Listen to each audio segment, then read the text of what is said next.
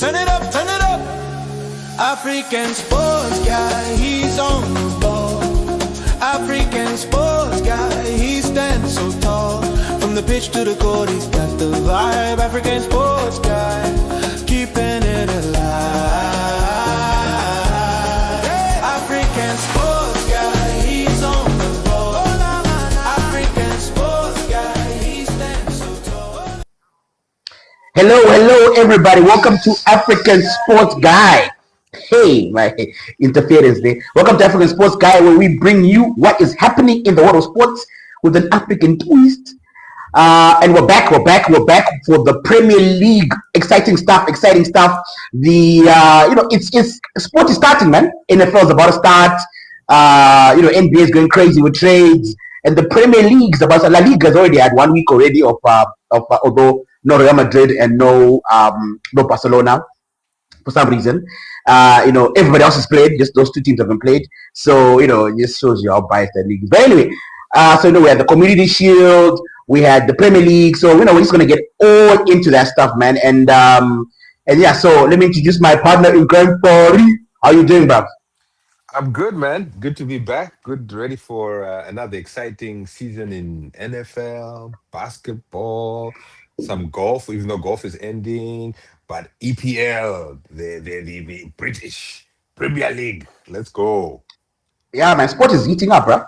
Sport is heating up. All this sort of like we've got the World Cup cricket coming up as well, right?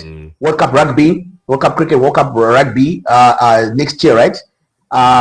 Big Falls, Harare, and Bulawayo. Although you still can't convince me, Fari, like why we're holding matches at Big Falls, Fari. You had an argument for it the other day, but for me, it makes zero sense. It makes perfect sense, Imba. Tourism. During the World Cup, tourism. You have to. Yeah, but what about? It's because here what you do then you start saying, all right, guys, let's do special T20 tournaments. Yes, you and I both know no one is going to be playing after the World Cup at that venue. We know it's just for a one-time event, right? It's a pop-up pitch by Vic Falls. Yeah. But the spectacle, I mean, it's hard to beat. Where else in the world can you say you're playing with, Yeah, it's a beautiful place. Thunder right behind you. It's hard. It is a beautiful place to play. It really is. I wonder if like elephants jump on the pitch and stuff. Because if you don't know, Victoria Falls is like in the middle of a game park, right? So like if you're in town, like elephants, stuff like that, just walks in town and stuff like that. So it's like it's wild. Although to be fair, it's not like a stadium, right? So it's not like they spent a gajillion dollars on it. So it's like a Harare Sports Club basically. It's like like the stadiums you get in New Zealand for cricket. New Zealand, Zimbabwe, we have the same sort of standard stadiums. Or Potchefstroom or something like that. Or Paul or something like that. Those kind of stadiums. Grassy knolls, and then people spread out. Which to me, that's the best way to watch. I mean, stadiums are nice, but there's something about that nostalgia. Very, like you said, New Zealand is probably the main country that does that now. That has the most representation or visual. Yeah, so we've got the Rugby World Cup as well. Zimbabwe is going to be part of that as well, which is going to be pretty interesting. So the Premier League. So everybody knows you are a Leeds fan. I'm a Manchester United fan. As I'm sure people are like, shocker, you support Manchester United, blah, blah, blah. But I have been supporting Manchester United since back in the day, bro. Right? So signings, what have you thought of the transfer window? What have you thought of your preseason? What's your feeling with Leeds at the moment? How are you feeling about your club? I think Leeds are in a good place. I think Leeds are big improvements. We got Harry Wilson, right? I love that player. And he's looked good, by the way, preseason. Yeah, just another attacking threat. So unfortunately, Aronson maybe have to find somewhere else to play, but still another attacking threat. Maybe Aronson goes on the wing. We still have some issues we're trying to fill, but having another attacking threat, right, an attacking midfielder / midfielder, shoring up our defense. We're got a new center back, right, in Tariq Memravec. I don't know how to say his name, but Tariq looks good. Looks really good forward playing. I'm happy to see a center back he's always looking upfield. He's looking for those long passes. He's looking to stretch the defense. So we haven't had that for a while, right? We don't really have that in the midfield. So it's great to have Tarek there, who's going to kind of push maybe left-sided center back, looking to get the ball upfield, and I think that's going to be dynamic for us. And then That's sort of like the golden the magic elixir, right? Everybody's looking for a ball playing center back who can yes, defend and everything, but who can also play out. I mean, that is yeah, if you can get one of those, yeah. your team I does mean, very he's on well. my fantasy team, and I'm biased because he's Leeds, but just Why am I not preseason. part of the league, by the way? How come you haven't invited me if you're fantasy Adam, bro? No, it's not mine. It's someone else's. I was gonna sponsor it, but I was like, money, money. They're throwing down cash money. I'm like, guys, let me Is just. there money thing? It's a money thing, bro. Anyway, How let's not much? talk about gambling. What fee? What fee? Oh, oh. Okay, I'm not part of. Okay, I'm not part of. I'm It's like, Zimbabwean. I'm sorry. I'm I'm not like, Americans. guys. I know. I'm like, but I have to spend the whole season just looking for the funds, collecting funds. So, I think I'll create one. Yeah. And then go. happy with the Yeah. defense. You Yeah. have a few minutes if you have to create one. um,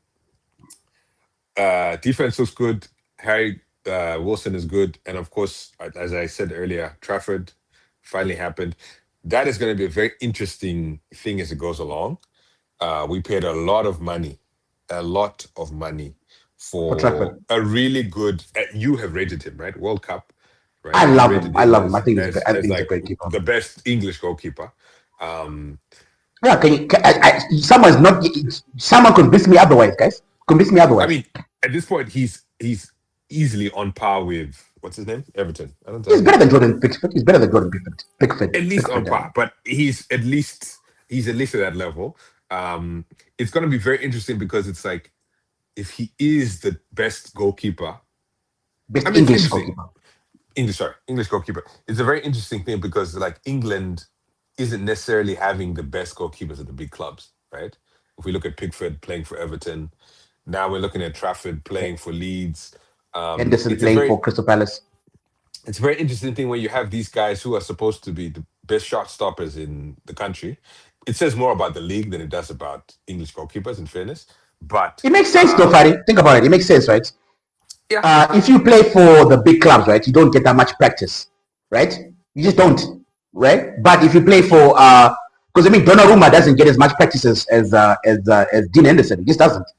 well, he got a lot of practice on on the community field that was nowhere to be found. He was No so, but he problem. was bad. He was really bad. He was really bad. He was really bad. Right there, Man He City was was like, so bad. anyway, we'll talk about Man City. We'll talk about that game. So, overall, happy with Leeds. I'd really love at least one more kind of center back, wing back, utility player. I think that's what we're trying to go for. We just got another center back, Elvedi from Borussia Dortmund or one of the German clubs. So we have another center back. We sold one, got one. So we're shoring up our defense. We're still talking about midfield. We've been talking about midfield for a while, trying to get some midfielders in. I still think I could see us getting one attacking player, a defender, and a midfielder. I think if we can get three more, that'd be You, great. But at you most, were wanting a striker, though, right? You wanted a striker, right? we I want a remember, like, backup striker. before the So I think Dennis. we want a backup striker because I think Calvert-Lewin is great, but of course everybody's like safety. There's talk of Delap, which I don't see as a wise move. Nope, nope, nope, There's talk nope. of Fleming from Burnley. I don't. Who Oh, Fleming from Burnley. Is he Yeah, he good? was there. Yeah, he scored just a few less goals than Foster. Calvert-Lewin What's last his name? year. Um, Fleming. Not Fleming Foster, for not Burnley. Foster. Fleming, blonde. He's a European guy. Wasn't the striker for Burnley the South African guy? He was, but I think he got. I don't know what happened to him. But this guy came in Okay. last year and he scored lots of goals Okay. for them. So there's talk of Fleming. He's at an affordable Okay. price. Um, Okay. there's a winger from that I think three clubs are into. I think he's a North African winger that looks good. Oh no, sorry. Osario. So he's Colombian or something. So we're looking Yeah, at a few more Colombian. options. Colombian. Yeah. I'm thinking we're looking at. I've heard Midic from Chelsea. What's his name from the bench? Midic or he Oh, was on Modric. drug ban. Modric. Or Modric. Mudrik. So there's the whispers now Ooh, that maybe that we'll try and get for Mudrik. You know what I'm saying? So on I a think loan. personally, I think now we should be looking for one more buy and two more loans. Personally, I think there are enough teams out there that are probably like, we need to get someone some playing time. Leeds are a team. I think we're solidly middle, slightly middle lower of the table with what Yeah, we have. middle law. Yeah, that's what you were last But season. Isn't it? if we get What, ourselves, if we get ourselves another winger, right, and another striker, so we bolster our attack basically and our midfield. There's a chance you that we feel could good about that? contend for. I could see us contend. I could see us being in like 8 or 9, eight, 8 or nine, 9. 7, 8 Wow. or 9. Okay. Yeah, Okay. I could see. That's decidedly different, right? From your expectations last season, right? So last season you're just looking to stay up, right? But now you're saying that 8 or 9, right? Leeds. Okay. I think we'll be, if we play our best With ball, we'll be contending for Europa. Europa or conference. I don't know. Yeah, Conference. I don't know if we'll get it, but I think like we're looking at this point, we're looking at top 10. We're trying to get into the top 10. Okay. Form So wise, I think we'll be 11 gun to your or head, 10. where do you think they're gonna finish? Like number, like pick a number, which I 9, 10, think 8, I think how many teams are in the league? 20. You know what? I think 10. 10, but I'm leaning 10. towards 9, but I think 10. I think we're solid middle of the. I think I could easily say we're going to be in the 10 to 12 range if people stay healthy. If like from our showing last year, we've improved across the board. We've improved our defense. Getting a younger, more effective defender. We've improved our attack. I think we're still missing a talisman. We're still missing our Bruno. You know what I mean? Like Guimaraes. Like we'd love one of those in the middle of the park for us. You like to find one of those. You like to find them because That's those hard guys to are find. They're really expensive. hard to find. They're They're really expensive. expensive. Yeah. Um, so that's why I think if we can get a loan for a Mudrich, if we can get a loan for, I know Harvey Elliott was talk about him, but he's not interested in staying in England. His form is a bit poor. But if we Harvey can Elliott get a is talisman overrated. in the middle, yeah, Harvey I Elliott think is we'd have over. a chance. You know what you guys should go for? Ooh. Joshua Zirkzee. Joshua Zirkzee. That guy's a good player. He guy's a good player. But anyway, I mean, you know, is he not I, going to I, start? Is he not going to be contending for you guys? I think he should. But all the English people hate him, right? All the English Manchester United fans, they hate Joshua Zirkzee. But he has looked butters in preseason, bro. Oh, he's looked butters, right?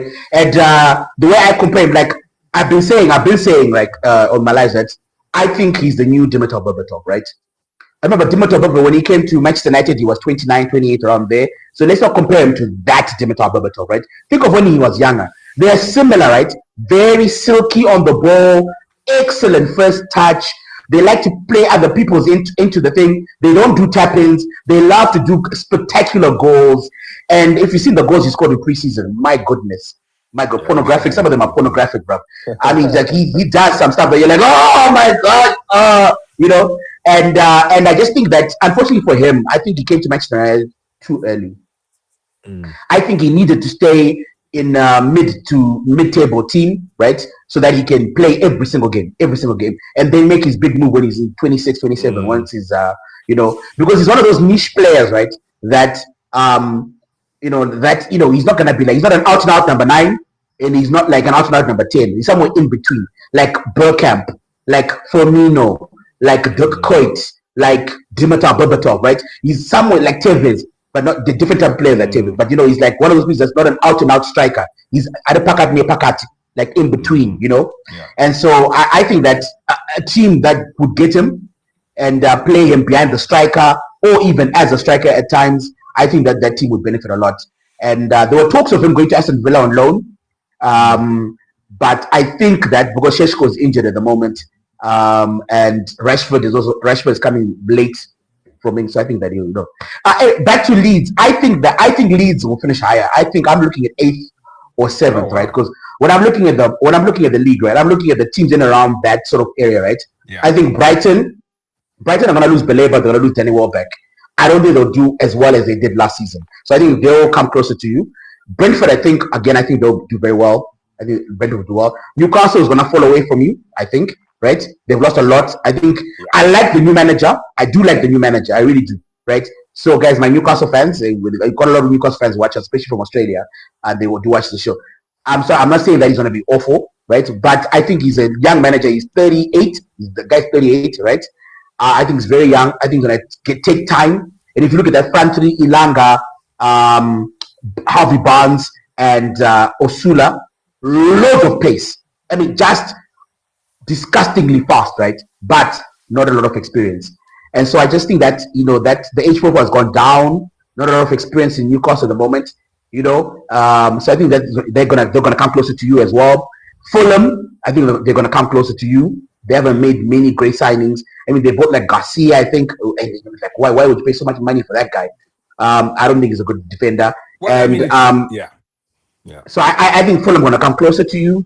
I think Crystal Palace are gonna come closer to you. I think Crystal Palace are in real trouble, right? I think Everton will be better this season. I think you guys will be better this season. I think Brentford will still be up there. So I'm looking at those I think you got the top 7 teams, right? Which are Aston Villa, Manchester United, Liverpool, Chelsea, Arsenal, Man City, Tottenham, right? So basically, those 7 top teams, right?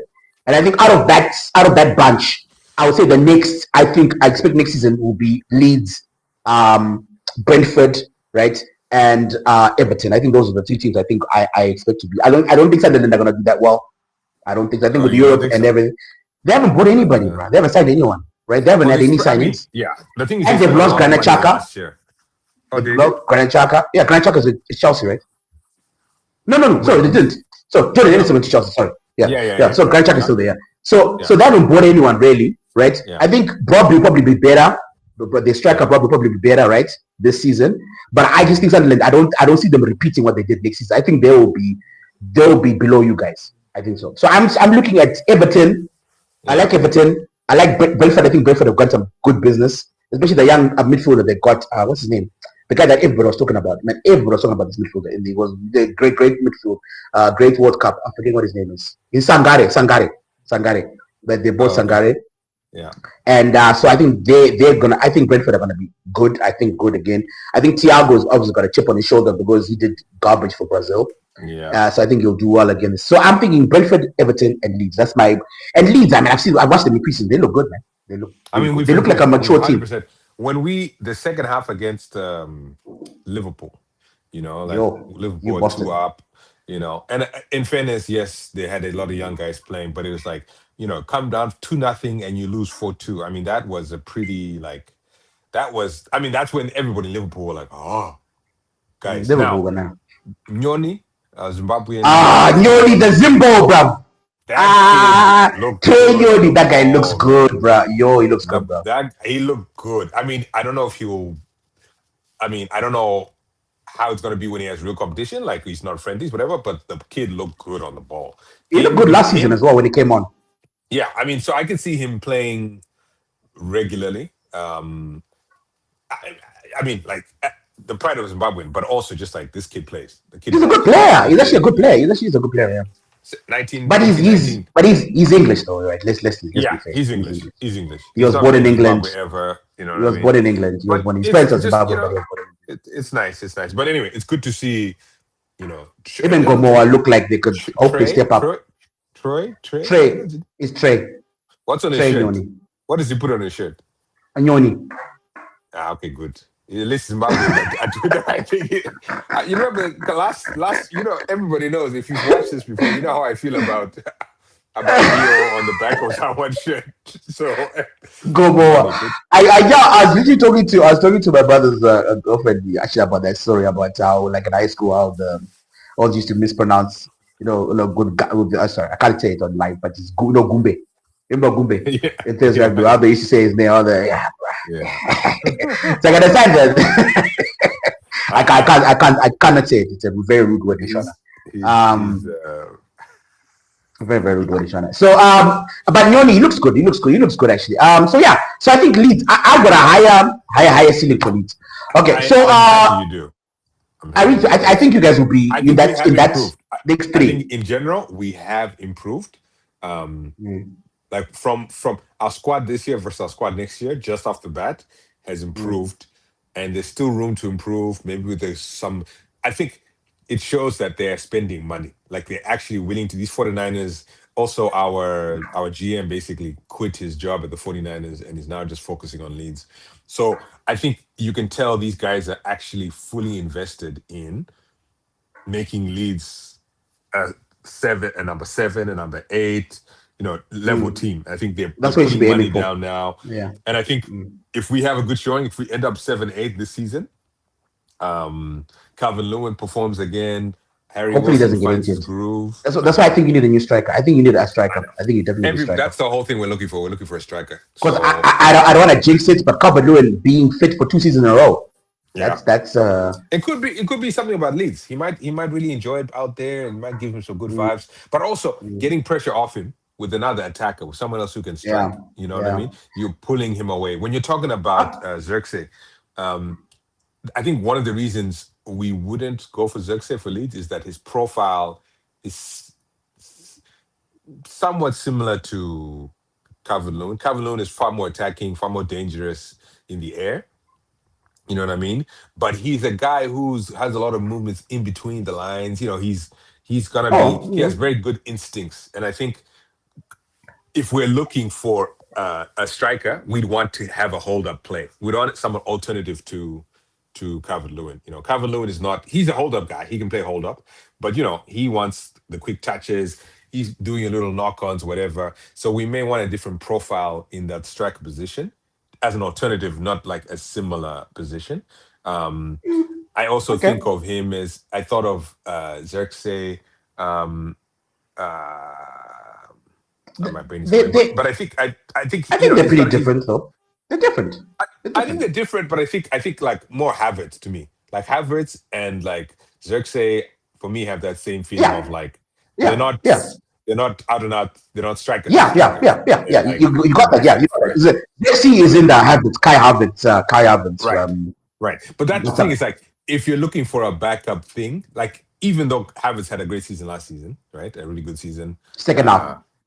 second half, it's still I can see why people are like because like if that's your striker, and same thing with Zirkzee, you either want somebody who's going to be aggressive, like Calvert Lewin, possibly fouling defenders, you know what I'm saying? Like, or That's you not their want game. somebody who's going to be further back,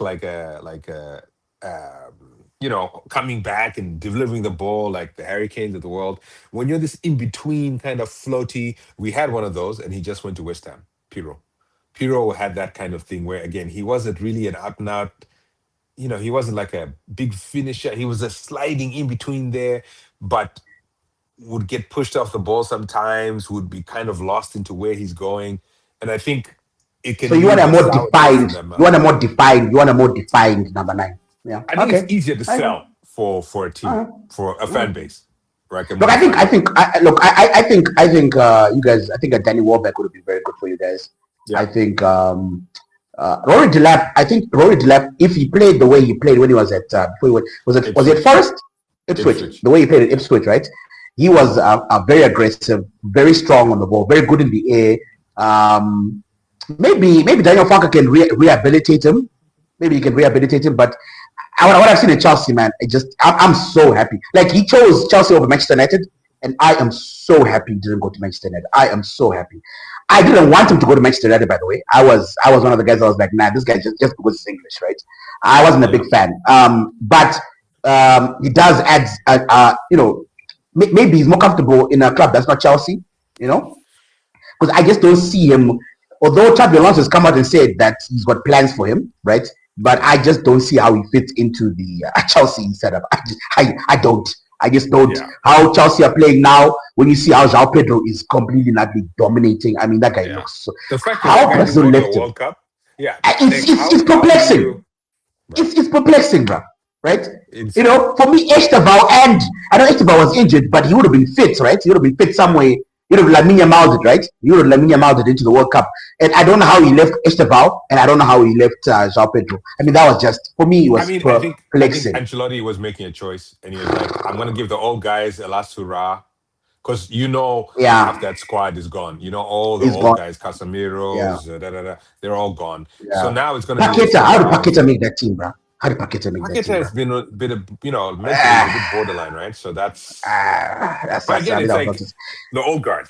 Now you have Yeah, Guimaraes. yeah, Guimaraes is the center going forward. He's their talisman, and then they're going to build around him and yeah. Esteval. You know what I'm saying? I think they should put João around.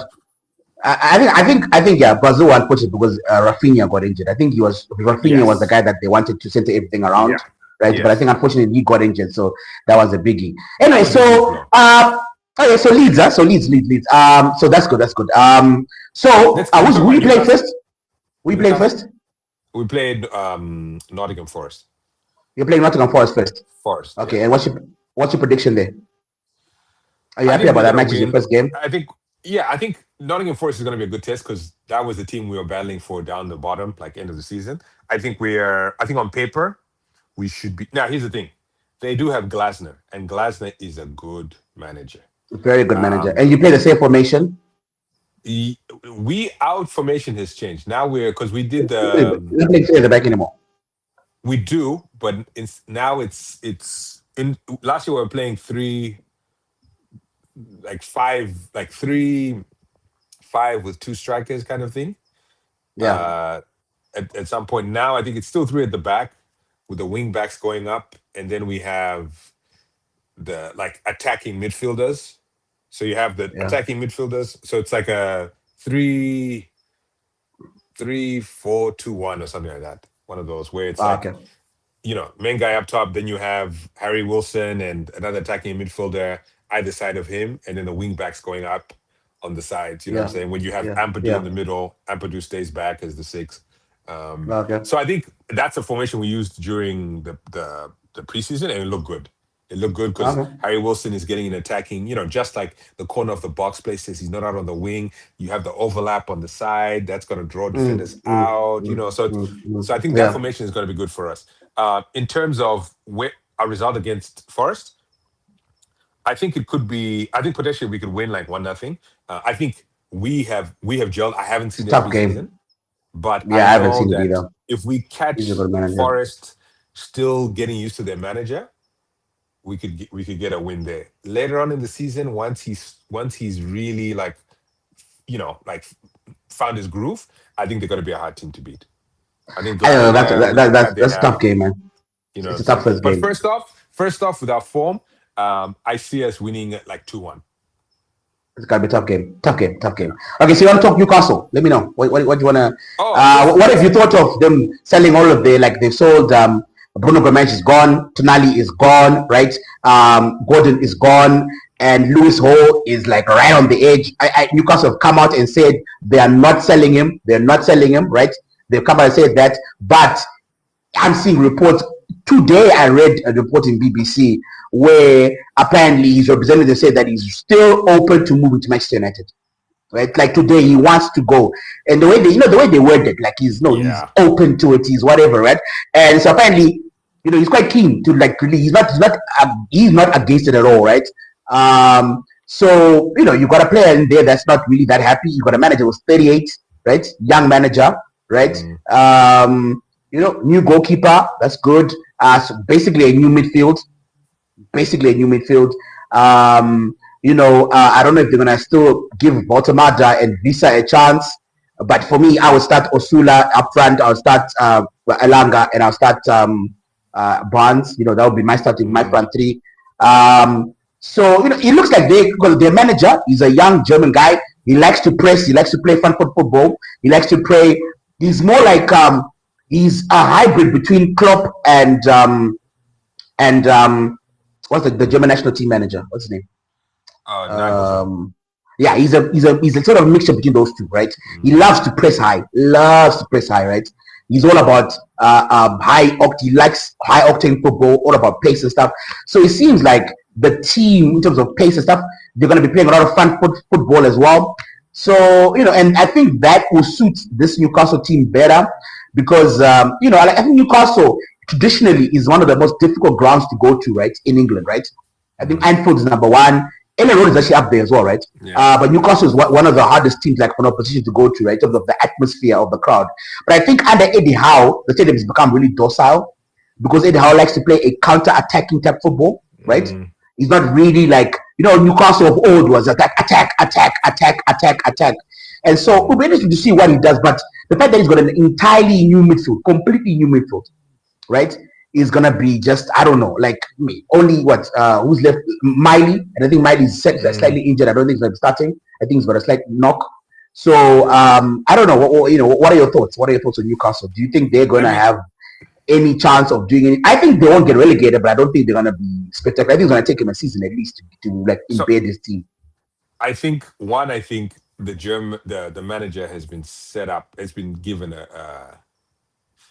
here's the thing, a tough task. And maybe he knew this going in. Maybe he knew that he was losing all these players going in, right? So it's a tough ask. And I think if I was a Newcastle fan, or if I was talking to Newcastle fans, I'd say be patient. Give this guy a chance. Because literally you're saying, all right, you're the bus driver, but we're taking one of your wheels. So it's like, how are you going to get from point A to point B? You might give that guy time to find a puncture, to tire, to squeeze sunga, to give it aim, where I know Buddha, you put it back. It may take you some time, but trust that you'll get you there. For me, I think, so watching preseason games and just in general, I know that a strong midfield, it's still, even World Cup, right, watching it, a strong midfield is really where it's at in football, right? You could have an amazing back line, you can have amazing forwards, but if you have no control in the middle of the park, right, it's game down, because any plans that you have go out the window when you can't hold on to the ball in the middle of the park, right? We talk about England, we're talking about Anderson, we'll talk about that at some point. You know what I'm saying? We'll talk about that, you know what I'm saying? But it's like, if you can't control the middle of the park, you're lost. And what does Newcastle do? Newcastle gives away one of the top 5 midfielders in the league, right? In Guimaraes, right? Who's playing some really good football. I'd say he's top 5. He's top 5. He's certainly rated top 5. Yeah. Well, we'll see at Arsenal we'll see, because we'll see how they do. He's rated top 5. Yeah. Tonali, who was a, solid guy. Solid, midfielder. You lose those two, and then you also lose one of your biggest attacking threats, right, on the wing with Gordon. Look at Leeds. We're spending $40 million on a goalkeeper. We're making a statement, right? We're telling our fan base, hey guys, we're committed to this. What is Newcastle telling it to its fan base, saying we're going to get rid of 2 of the best midfielders in the league, one of the best English attackers, right, on the left wing, and we're going to replace them with who? And so it's like, if I'm a Newcastle fan, here's the thing, if you're a fan, going in is going to be tough. I hope, like you said, this guy's style kind of picks up. It's hard to press when you don't have the kinds of midfielders, and I don't know who the midfield is for them, so it's hard to. They've got a young midfield. It's a lot of Africans. I'm forgetting their names, but they do have the young African players. That's the key. If the midfield does find its stride, and they basically, because everybody wants, you want a PSG midfield, right? 2 young guys that are going to be there for years and years. You know what I'm saying? You want that PSG, Portuguese midfield or whatever. Like, you can't beat that, right? That's what. João Neves, Vitinha. Like, you can't beat that. Young guys who just control the game, right? Control the game. One's attacking, one's defensive, but they have this flow, right? They have this connection, right? We all want that. So the midfield is Joe Linton, Alaji Bamba is the guy that they bought, Sean Steer, Jacob Murphy, Joe Willock, Jacob Ramsey, and Lewis Smiley. I mean, Yeah, Murphy and Joe Joe, I don't know the Joel Linton. yeah, They don't have it. They don't have the legs. They don't have that kind of. They don't have the control. Maybe this Bamba guy can do something. yeah, So again, it's going to yeah, be tough sledding. It's going to be tough sledding because yeah. then It's you just have to be tough, bro. like, if we can't Tough. do the press, then we have to have like a, basically your number six is going to be staying back 9 times out of 10. So I think it'll take a while, and I just think it's a tough message to send to your fan base in the postseason. Because then you look at another club that's somehow making moves of money that goes from. They started this transfer market, Tottenham. Let's talk about the Spurs. Dropping money on Tonali, dropping money on the other Fernandes, 100 million dropping on Tonali, 85 million on Matias Fernandez, Fernandes. 55 million on Van Hecke, And another 80 million I'm whispered about and now they're gonna Savinho. spend 150. They're gonna spend 150 million on Savinho and Mamouche. So it's like, again, you're making a statement, And right? and also they're going after Osimhen as well, right at the moment. So you're making a statement. You're making a statement to your fan base. That part of London is like, guys, we're showing up to the party. Now, even if your form is a bit dodgy for a couple of games or whatever, or the season is, you finish 10, it's like you're showing ambition, right? They That's look what solid, that's bro. what you're I doing. watched them in preseason. They look like a proper team. And Tonali has looked so good. I mean, he has looked so good. Tonali has looked like he belongs in that club, bro. But he's a professional. He actually is a solid player, right? So I always thought he was gonna look good, right? But Tonali's looked very, very, very good. Look, if Tottenham, right? For me, look, Tottenham has destroyed the transfer market as far as I'm concerned, right? I thought they just murdered the transfer market, right? I don't think Tonali's worth 100 million, right? I just don't think so, right? Considering Rodri went for 70 million euros, it's just I know. ridiculous, right? But I think he had 1 year left on his contract, and also Rodri is 31 years old or something, Yeah. 30 years old, so it makes sense. But yeah, so Tonali went for 100 million, and I think that's a way too much money for him, right? Way too much money. Matias Fernandez went for 85 million pounds. That's way too much money for him. And I think Vaneka 55 million makes sense to me. He's a solid defender, done very well at Brighton. Brighton, right? They got Senesi Brighton. on a free.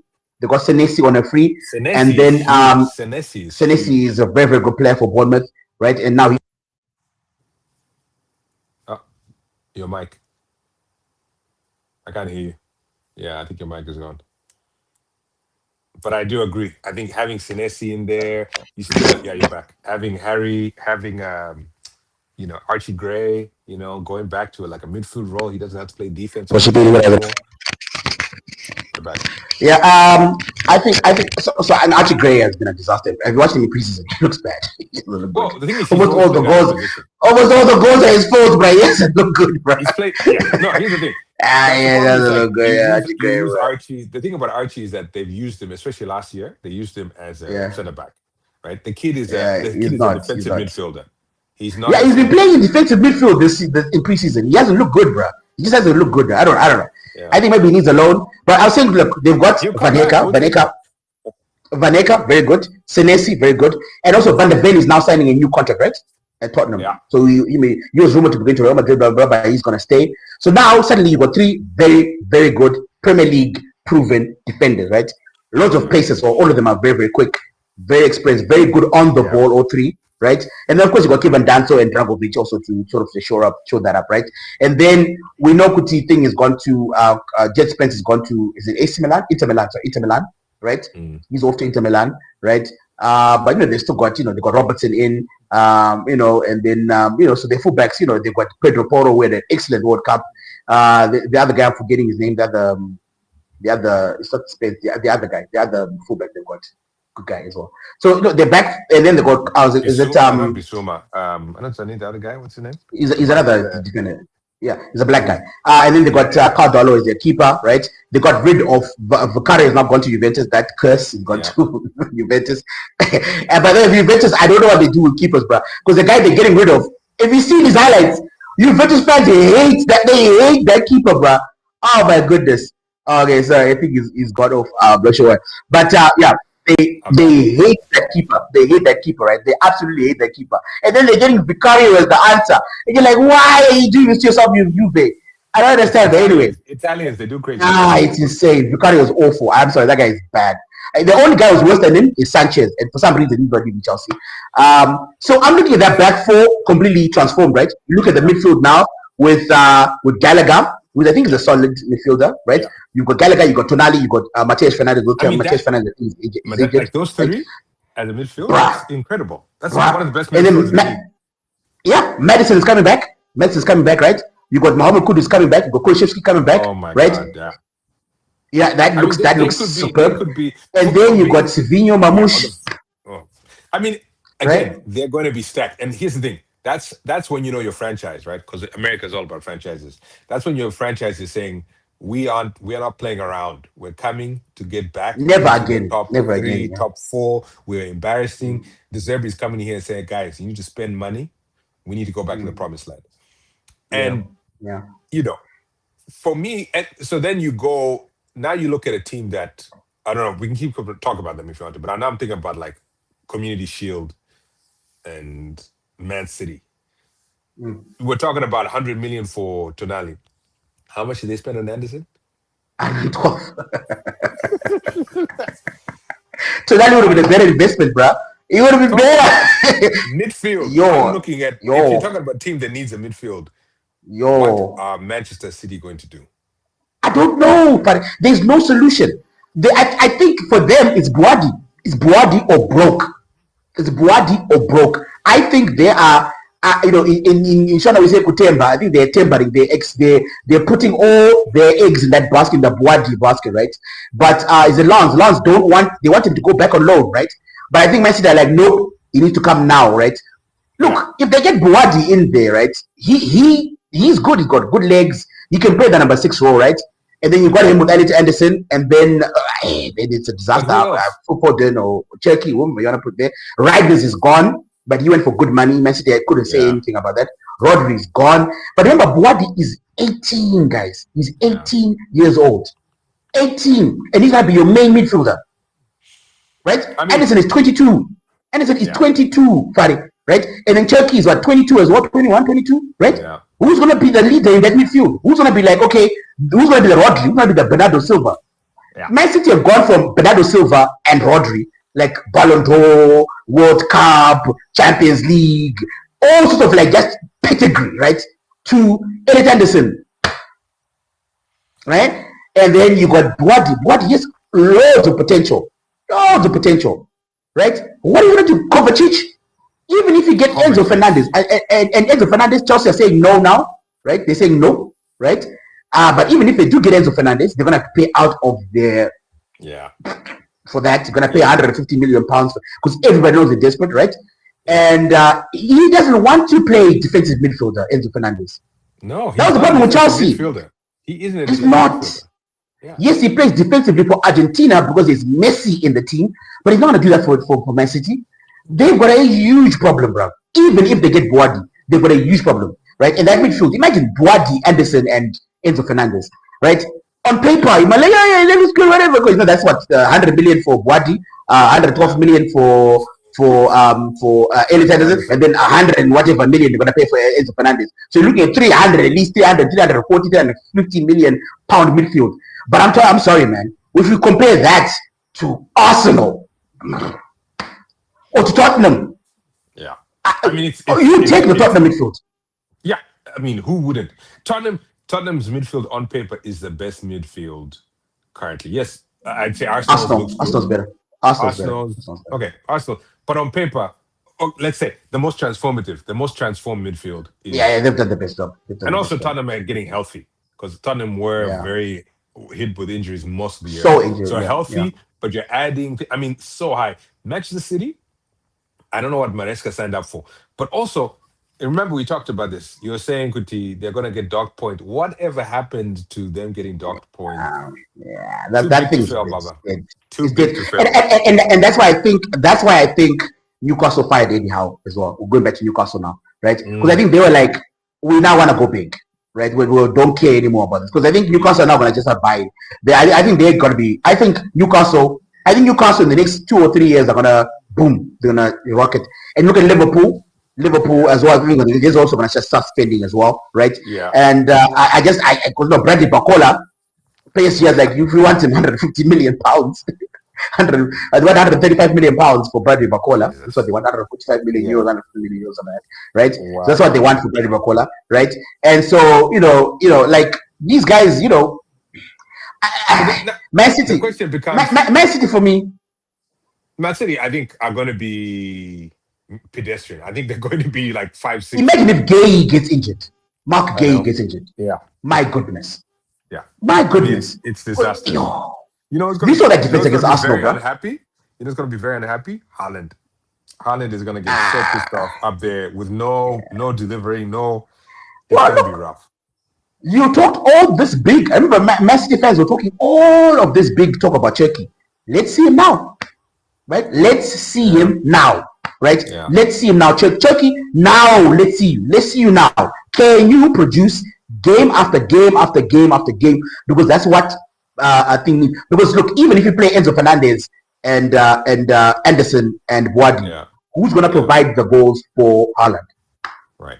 You're just gonna be like, okay, we'll defend, and then we'll pass it to Doku and Semenyo. Yeah. Right. I don't know. Look. I think they'll win their fair amount of games because I think they've got those guys are good players. They'll find some way to do something.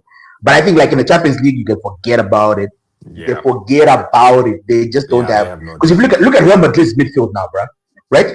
Tchouaméni, Valverde, and Bellingham, right? Yeah. You got PSG, João Neves, Fabio Ruiz, Vitinha, or Zaire Emery, right? You look at even Liverpool's midfield, bruh, is quite a solid midfield, right? You look at Tottenham's midfield. You look at Arsenal have got the best squad of midfield. Because think about it, right? You got in the number 10 position, Odegaard, Eze, Max Dauman, right? Yeah. Those are the three guys that play in that position. In the number 8 position, you've got Declan Rice and you've got your favorite guy, Bruno Gomes, right? And Moreno. Let's not forget Moreno, right? Number 6 position, you've got Lewis Kelly and Zubamendi. And Lewis Kelly is looking good, my brother. He looks so good, right? Him leaving. I was like, can Leeds get it's madness. Can Leeds get a loan? Oh, bro. Dude, Rooney came out and said, like, dude, it was not stupid enough to sell Lewis Kelly. Man United should jump all over that. And I'm telling you right now, even now with Baleba coming to Manchester United, right? We'll talk about that because I'm an oracle, right? But even with Baleba coming to Manchester United, right? I would still go for Lewis Kelly. He is quality. That guy is quality, right? Yeah. So, but I don't think he's going to go anywhere. So imagine that midfield. Those are 7, 8 players in midfield that would start for other teams, right? Excellent players with Premier League experience, right? Yeah. You got Lewis Kelly, young. You've got Declan, Lewis Kelly, young. You've got Max Dauman, young, right? And then you've got guys that are in the middle, Declan Rice, Zubamendi, them guys, and then you've got guys that are like Odegaard and Bruno Gomes that are also mature. You've got everything. That midfield is just imperious. Yeah. And then you got Kovacic. When I saw that game, expected to see and Foden. Oh my God, how Foden is fallen. Oh my word. Yeah, man. Oh so man. That's the thing. It's like right off the bat. Obviously, it's Community Shield whatever, but like they look like a non-entity. Going into, they look like a non-entity. You did talk about Manchester United. What have you thought of? There are these jokes going around that like. Manchester United went and got a Brazilian version of Ugarte. with Andre Santos. With Santos. Highlights of him just giving the ball away. He's been mint. Have you been watching the games? He's been one of our best players. I'm just saying. I'll say him. Highlights that are out there. These are Joshua Zexi. I think you can edit anything. You're a filmmaker. You can edit anything, right? Come on. I've been watching the games. He's been one of our best players in preseason. Yeah. Andre Santos looks quality. He's quality. He actually is quality. You look, and then you can see when he goes off the pitch, it's always a disaster when he goes off the pitch. That's when we don't look good. Because and I think what's happening now is like why I'm happy about Baleba coming to Manchester because we had a glaring hole that if this guy's not on the pitch, right. We're screwed. We're absolutely screwed because there's nobody who can play the number 6 position, right? So is he coming? Yeah, Baleba's coming. He's coming in. Okay, from Brighton. From Brighton, yeah. Okay.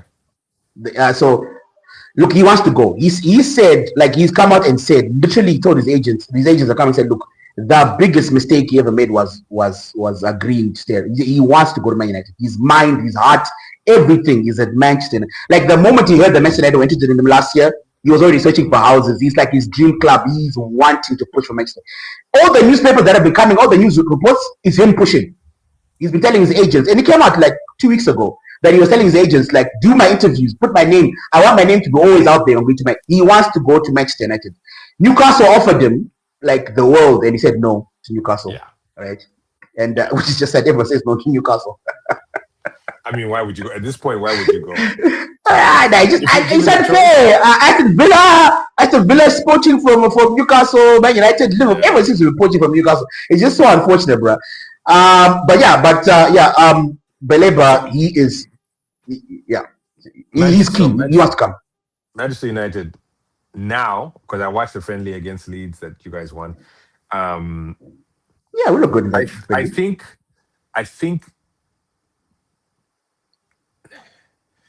think that looking back to last season, there are two versions of Manchester United, right? And what we're seeing recently is the version that was doing well last year, right? Like that game that I watched against Leeds, I was like, okay, this is the Manchester United we were worried about. Against Arsenal, against Man City. You know what I'm saying? This is who we were worried about. The question becomes, it's still a two-faced club at this point, right? Yes, you're going to have poor games, but let's go back to the Fergie days. You could have poor games, but you were still in it, right? All the time, right? Last year's showing was this, like, everything just goes haywire. All of a sudden, you're, red cards for pulling hair.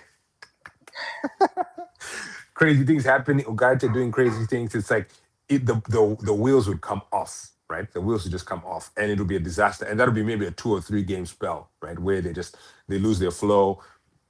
Then they come back to the flowy thing when they start playing well. So for me, because we've just talked about Tottenham and their depth, we've just talked about Arsenal and their depth.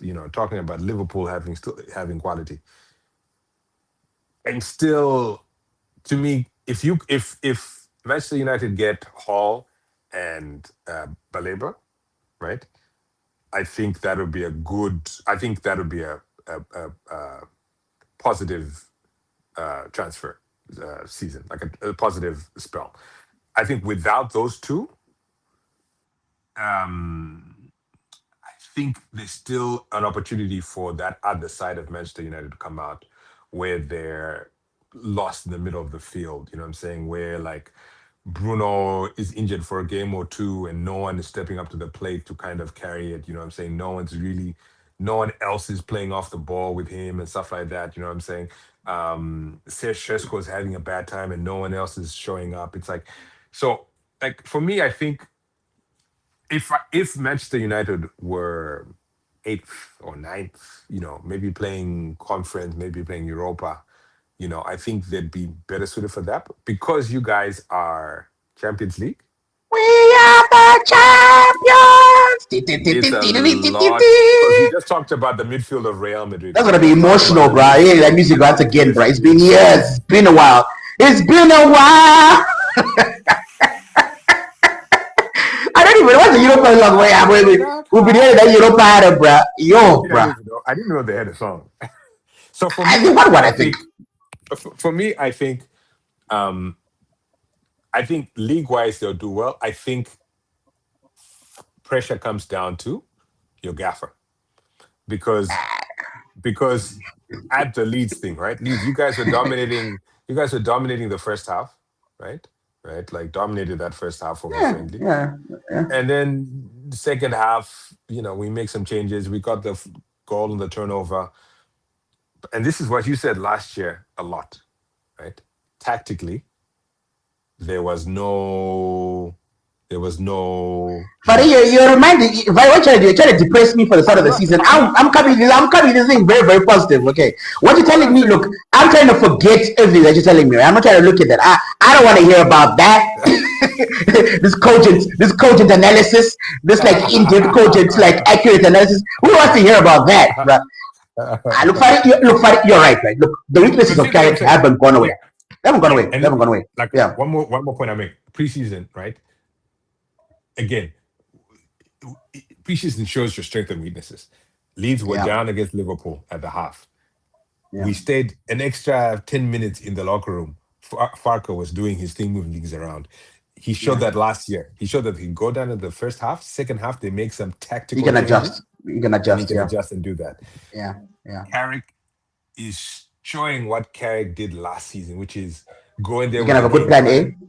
A. Yeah. The other team counters, and And then you're that's still it. stuck on like, but what's going on? So What are we gonna do? I think you can go so far with the players that you have on the pitch, and I hope for your sake that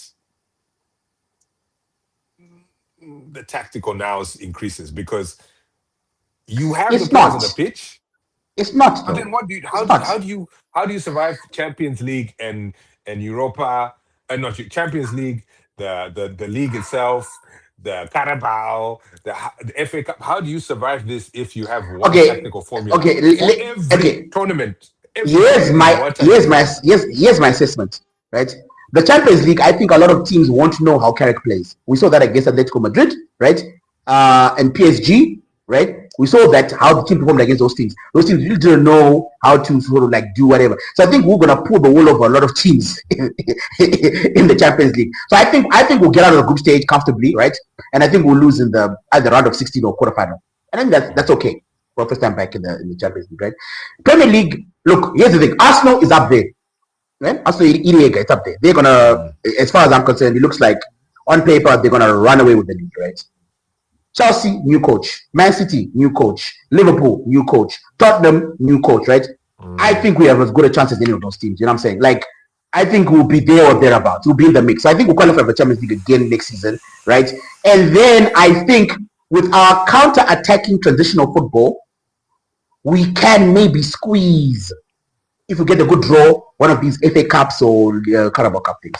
Now, that's my expectation for next season. So my expectation for next season, I think maybe probably finish third again.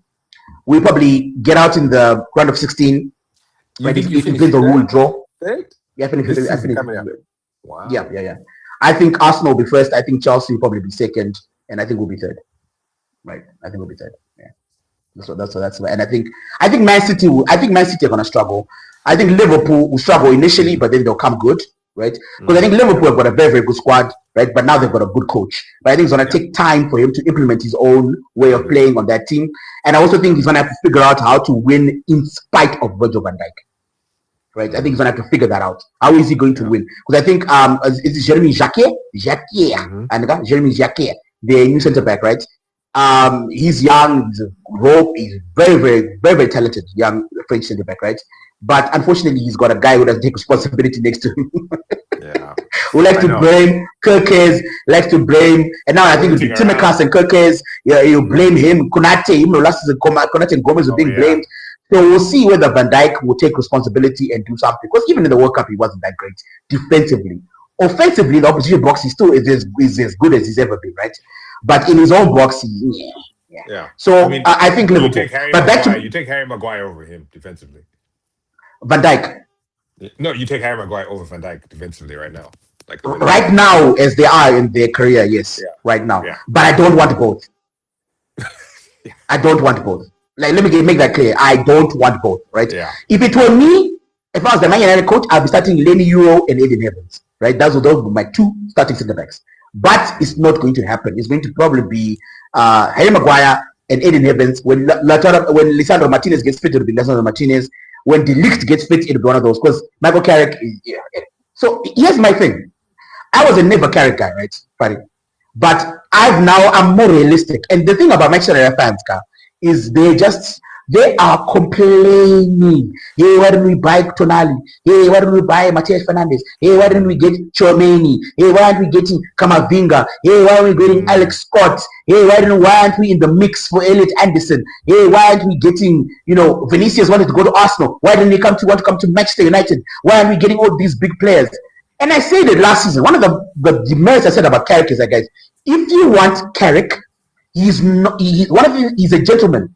He's a quiet guy, right? He's not going to make a fuss about signings. So the club are going to sign the most cost-effective players, right? The club are not going to sign her because you know what? De Zerbi said, I want Tonali, Tottenham. You guys brought me here, I want Tonali, right? And you saw him in the preseason, he's been saying, I want this, I want this, I want this, I want this. So all these signings, not because Tottenham wants to spend all this money. No, because the manager is demanding it. Is demanding it, right? He's actually saying, I want this player, right? Yeah. Imagine if Declan Rice, Odegaard, Zubamendi, Moreno, all the guys were at Manchester United. Do you think they would have bought Bruno Gomes and the Carrick? No, they wouldn't. But because they've got a coach, Arsenal got a coach who demands, I want Vinicius Jr., I want Julian Alvarez, I want Bruno Gomes, I want Morgan Rogers, I want, like, these guys, these coaches have got gravitas. You know what I'm saying? They've got authority. Carrick doesn't. I'm not saying he's an awful person. I'm just saying like he's a nice guy. So you're not gonna get that. So Manchester United fans need to be realistic. You're not gonna get those type of signings. Manchester United is not gonna spend anything above 70 million pounds. They're just not gonna do it, right? They're not gonna do it, because it's Wilcox, right, who runs the transfers, not the manager. And Wilcox has got a boss that he answers to, who's got shareholders that he answers to. So they're not gonna be spending any of that money. So transfers. I'm so happy with the transfers, because I don't think we're going to get Lewis Hall, by the way. I don't think so. I think Newcastle is stupid for them to sell him. I don't think we're going to get him, right? So, and he's from Newcastle. He's not going to throw a prop to jump out of the club. He's not going to do it, right? He's not going to do a belabor. He's not going to do it, right? So I think Lewis Hall will probably be for next season or the season after. I just don't think we're going to get Lewis Hall. So I think that if you look at the season before, we changed the striker. We've got Cunha, we've got Mbeumo, and we've got Sheshko, right? Now we've got Beleba, we've got Tillmans, which I think was just a great signing. Tillmans and the Brazilian guy, right? Santos, right? So I think that's the dribble. That's the midfield dribble, right? So for me, if you told me at the beginning of this window that we're gonna get Beleba, Santos, and Tillmans, I would have been very, very happy with that. Very, very happy with that. Especially for like less than 100 million. Like what? One was 35 million, one was 50. And then the other one was what, 50 as well, around 40 something million, right? So, I know, I think Beleba will be like maybe 60 million, 65, whatever it is. So less than 150 million for 3 players. That is Manchester United going forward, right? That's them going forward. So I think realistically, I'm very happy with that midfield. There's a lot of potential, because I think as Andre Santos, for me, I've watched him in preseason. He's looking very good. Very good. I think he's 22. It's going to take him time to develop in the game. I think what he brings on the table, unlike Ugarte, he can actually pass the ball. Everything Manchester were doing, I don't know if you noticed, everything they were doing was through him. The guy was like, it was through him. He got the pass first, he got from the defense, and he passed to the midfield. A lot of the time, Bruno Fernandes, Captain Magnifico, Bruno Fernandes had to come back and do that for Manchester United, right? And so I think Andre Santos being in the team, your team was being in the team, got a lot of technically sound players. Then that's, if we're playing teams like Coventry, or like the team that we're playing now, where we're supposed to have the majority of play and whatever, those are the players that you want, right? And with Beleba, he's more of a strong guy, carries the ball, also has got a big shindig on him. So I'm very excited about this. I'm very, very happy with this midfield, buddy, because my expectations were not Chomeni. We were never going to sign Chomeni, right? But Manchester United fans, why would you sign Chomeni? Why did you change him? It was never going to happen, right? Matthias Fernandes, 85 million pounds. Are you crazy? He crazy, as they say in Nigeria. It was never going to happen, bro. So I'm very, very happy with this midfield. I like it. I like the direction, right? But my expectations are low. They're not as high as some people think, right? Last season, and Carrick has come out and said this, by the way, he himself, I'm not denigrating him, out of his own mouth, he has said that last season it was all about results. This season, he wants to play, he wants to be more in possession, all this stuff. He talked the good. Where we seen it on the pitch? No, we haven't. Are we going to see it? Probably not. I think this season will be great in transition. Right? Which we've always been throughout since Ferguson came to the club. We've always been a great transitional team. And I think with Rashford, with Mbeumo, with Ahmad, with Bruno Fernandes, with all these great players, right, in terms of going forward, I think we'll be very dangerous going forward, right? Especially if the ball breaks down.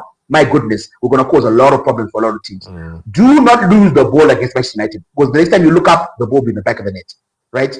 But in terms of like breaking a team down, like what Arsenal or Man City, Man City hold, or we're not going to be able to do that. Yeah, we're not going to be able to do that, right? We're not going to be able to. We're not going to be like, yeah. So for me, it's one of those things. I just think this time it's a transitional period for Manchester United. We need to get the Carrick thing out of our system, and then actually bring proper managers. That's my thinking. right? Carrick is going to be there for 2 or 3 years, finishing in the top four, maybe win a cup or two, like FA Cup, Carabao Cup here and there if he's lucky, right? And then I think after that we'll be like, okay, cool, this guy, we need someone to take us to the next level, and then we'll move on. But unfortunately for me, Carrick makes too many bad decisions, like Harry Maguire. So Harry Maguire is a disaster for us, but he's going to be our main defender. He's a disaster, Fari. He's a disaster. But hey, so two things. One, earlier I was talking about how um, Tottenham were making a statement to their fans, how Newcastle were making a statement to their fans, right? Unintentionally, but negatively, all their actions, right, are making yeah.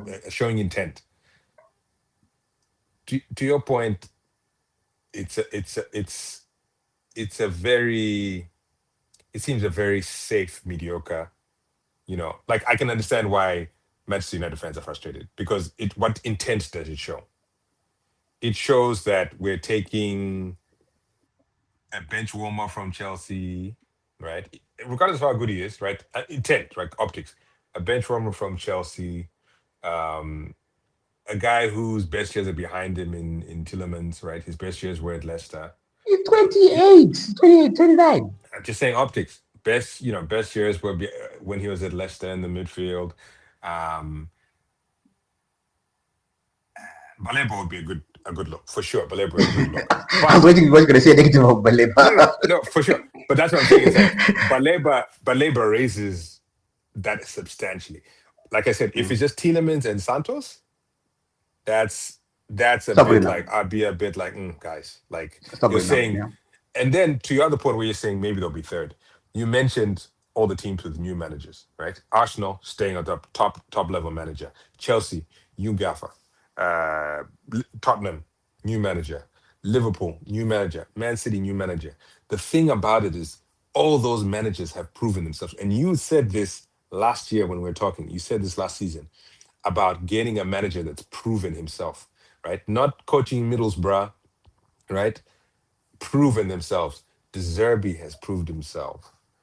Alonso has proved himself. Iriola has proved himself. Maresca has proved Maresca himself. has proven himself. So Yeah. all these guys, yes, they are new to these things, but they are not new to managing. And your point, I think, cannot be understated.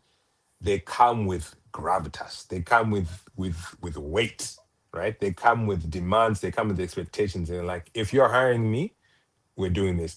And I think,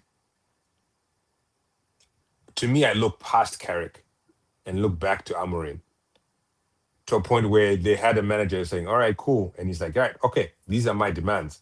When I come here, this is what I'm going to want. This is what I'm going to want. And they said And no. and they said, aha, if that's what you They want, said we'll give you no. a nice severance, but we're not doing it. And to Okay, me, he that is made the so much money, bigger so message. much money off Man United. The 10 bigger million message pounds, right bro. there, bro. For just Shaq. and then to go and coach AC Milan, he's sitting pretty. It's like, okay, fine, like no Shaq. problem. It's Bro. you know what I'm saying? So for Man me, United, bro. that's the bigger problem. Carrick is, and we said this last season. He's gonna be the caretaker. He's gonna be the fall guy. He's gonna be the placeholder. You know what I'm saying? But it's like if you're a fan, you're going into the season and my team is showing intent, right? Getting the Harry Wilsons on a free, getting a 40 million, the most expensive goalkeeper in the English game, getting bolstering the defensive, whatever. We're showing intent. We're showing we're not happy with where we were last year. We want to improve.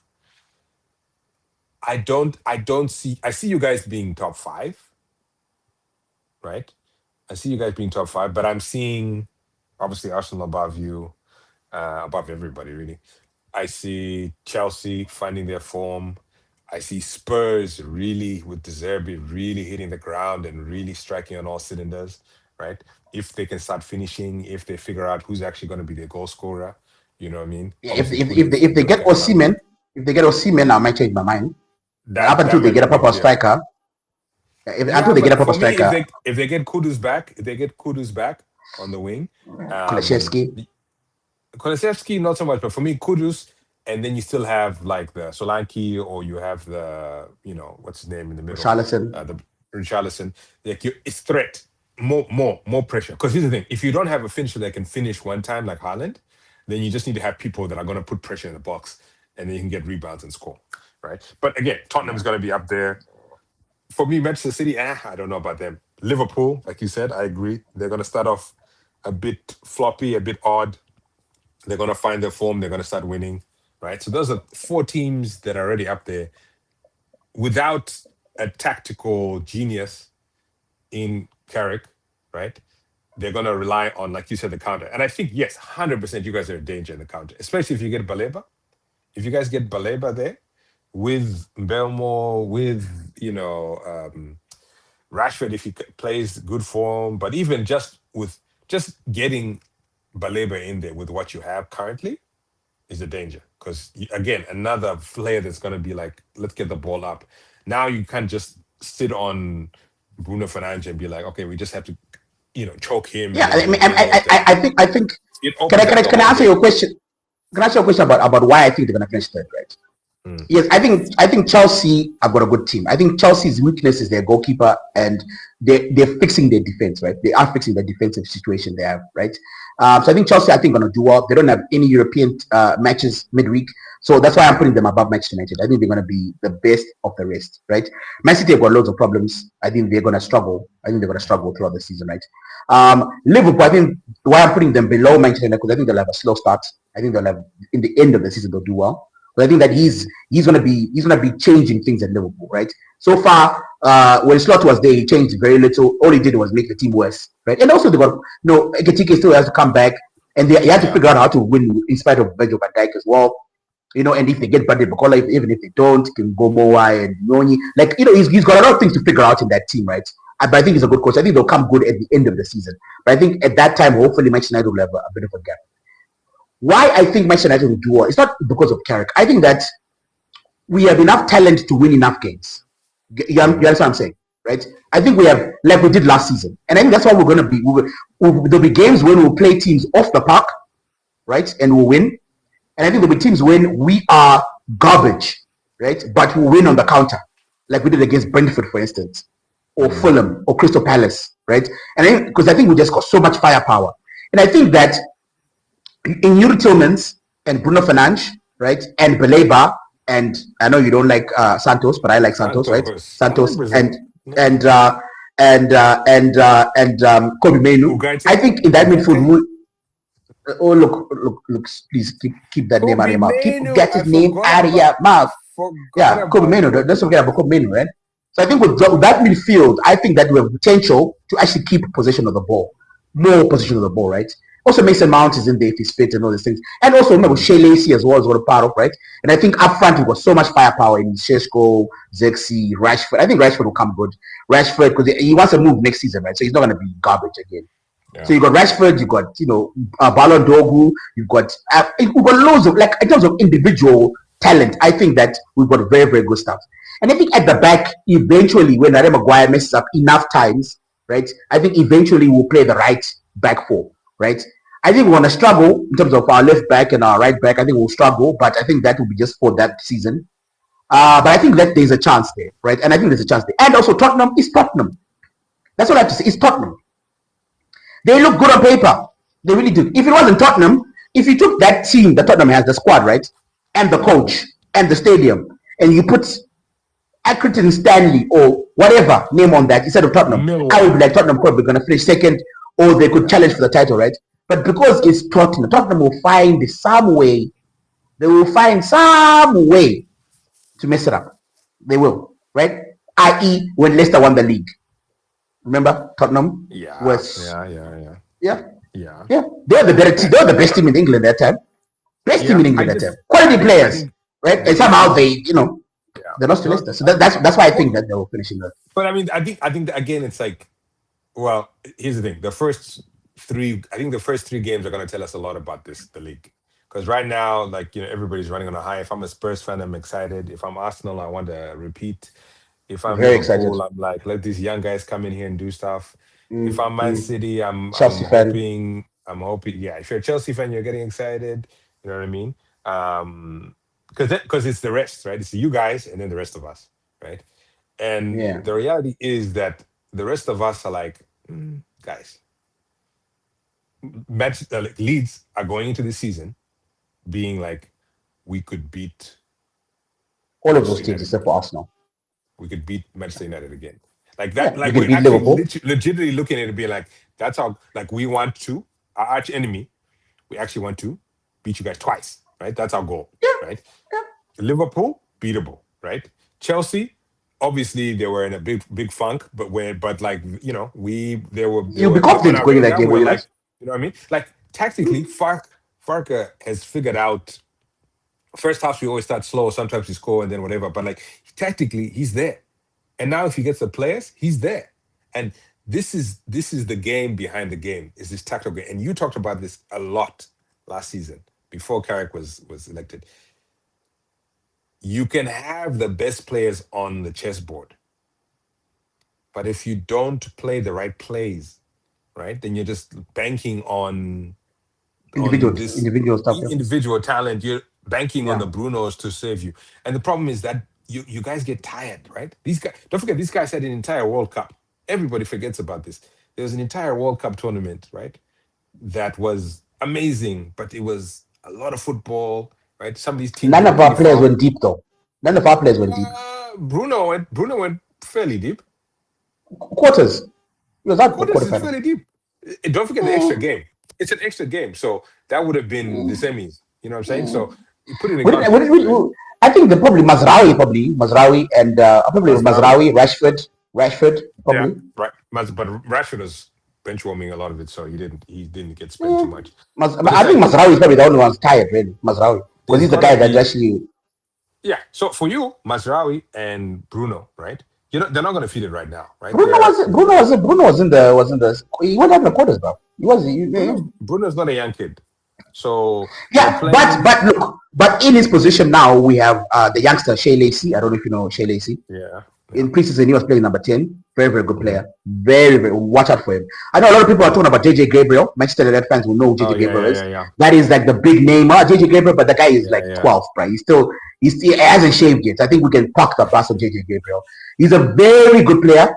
Very good talent. I love guys. Don't kill me. I love the player, but he's still like 15. I think he's 15 or something. Look, he couldn't change. He couldn't go in the changing room with the main team. You know that, right? He had to have his own changing room because of underage laws, whatever in Europe. Yeah. No, he can't. He actually can't change with the senior. He has to have his own changing room, like literally, right? He has to have his own changing room. He's not old enough to have his own to change with the men. He's not old enough, right? Yeah. Right?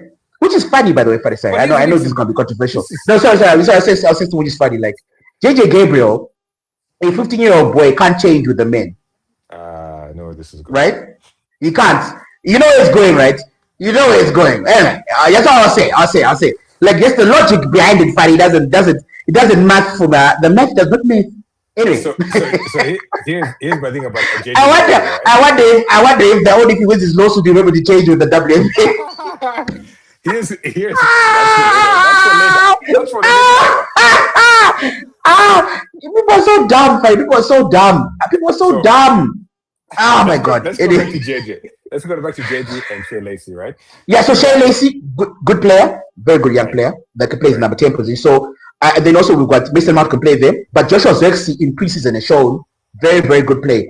In fact, I think it was against PSG. He was the number 10, and I think it was him and Cunha. They started him and Cunha. Cunha started number 9, and they started Zirkzee in the number 10, and he was excellent in that game, and he was very good. But it's preseason, so we don't know. Joshua Zirkzee has looked great preseason. Yeah, he really preseason, has. Yeah. And then also look, the fact that we've got Kobe Mainoo as well. Kobe Mainoo can play the number 10, so can push come to shove, so can Yuri Tillmans play in that position as well. So I think if I am the coach, and if you're a good manager, right? Bruno Fernandes is now 30 years old. He's 29, 30, I think, this year, right? So he can't play every game.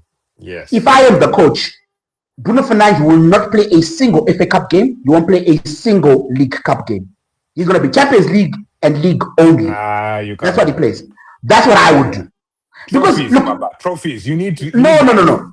Guardiola did it with De Bruyne at the end of his career. You saw what he did with De Bruyne at the end of the year. De Bruyne never played a But they were link up. De stacked. They Bruyne had Rodri. They never. had Rodri. Like, But we're also stacked. But we're also now stacked in a position where we can now play. We can play. Look, Ferguson used to do it, right? And here's what Ferguson. And this is what Michael Owen once said, guys. If you don't play the youngsters, how are you ever gonna know if they can keep up in the team? How are you ever gonna know, right? If you look at the successful teams like Wenger's teams, Fergie's teams, Mourinho's teams, they played the youngsters in the Carabao Cup, right? I'm sorry, Bruno Fernandes cannot play. If Bruno Fernandes plays a single Carabao Cup, I think that manager is insane. Is insane because you have to, like what you're saying, you have to save the guy's legs. You have to save his legs, 100%. right? I agree. You have to save his legs. Which is why you then have to get a Bruno trade. You need someone who's Bruno light to come in. Tillemans. Shea Lacey. So going back to Shea Lacey, like Shea Lacey and JJ Gabriel, talking to those points, it takes me back to when Leeds got promoted, right? We had two guys, Calvin Phillips and Rafinha, right? One is going on to be great. The other one is going to Sheffield United, like bench warming. But what made them, what got them sold, right, was a manager who developed them, right? Marcelo Bielsa, as crazy as he was, as much as Uruguayans do not I love Marcelo Bielsa. I love Bielsa. As crazy as he was, Marcelo Bielsa leveled these kids up, right? He leveled up Calvin Lewin, made him a star, and now he's gone back to Calvin Phillips. Bro, looked so dope. Right? Calvin Phillips looked so dope under Bielsa. So, for me, what might actually be a bigger hurdle, a bigger pain, a bigger sticking point for Manchester United going forward is having a mediocre manager managing young players. That to me is a danger. Because if you but your whole point, you're going back to the manager. Like that's your big point. Yes, buddy. Carrick is not good. Yes, buddy. Your whole point is it goes back to Carrick. Even it goes back to Michael Carrick. I understand. Bro, I'm trying to move on from Michael Carrick. Hired him. But here's the thing.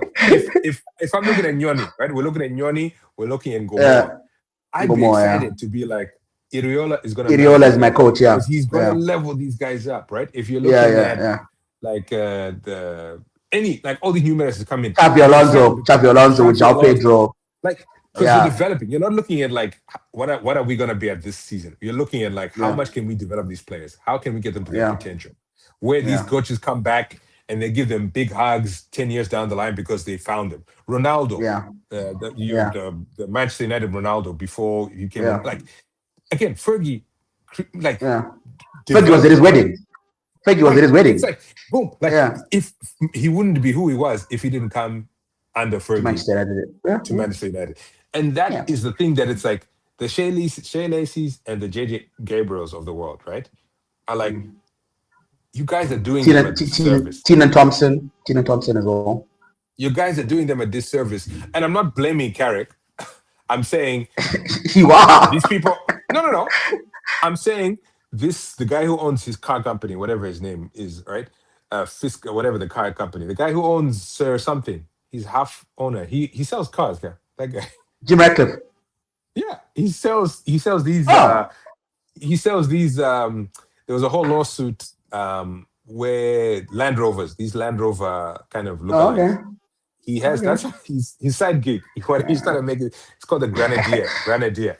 Anyway, we got the one broke billionaire, bro. We got the one broke billionaire. It's so unfortunate, bro. You got the one billionaire who's like, I'm not in it to make money. I'm in it to investment. He's smart. He doesn't want like. He hasn't put any money into the club, bro. He's borrowing. He's leveraging. He's doing all sorts of things. Sneaky. He's running it like a business, Fari. Yes. He's running it like a business. Yes. And it's annoying. It's not sexy. It's not because he's like we don't want to sign the Mbappe the next. We don't want to sign Mbappe. We want to make the next Mbappe. And I was like, oh my god. And that's my point. That is exactly my point. Manchester United is not Real Madrid anymore. Yeah, it's not. Look, the thing is that I said this, and I said it to you, Anga. As soon as we appointed Michael Carrick, I said to you, and it makes look. Eric Ten Hag was meant to be the next big coach in Europe. Right? That's an ambitious hire. It's an ambitious hire, right? Whatever you want to say. Amorim was meant to be the next big coach in Europe. Man City were after him, Liverpool were after him, Real Madrid was on the books for Real Madrid and Barcelona. Right? They were actually monitoring him, right?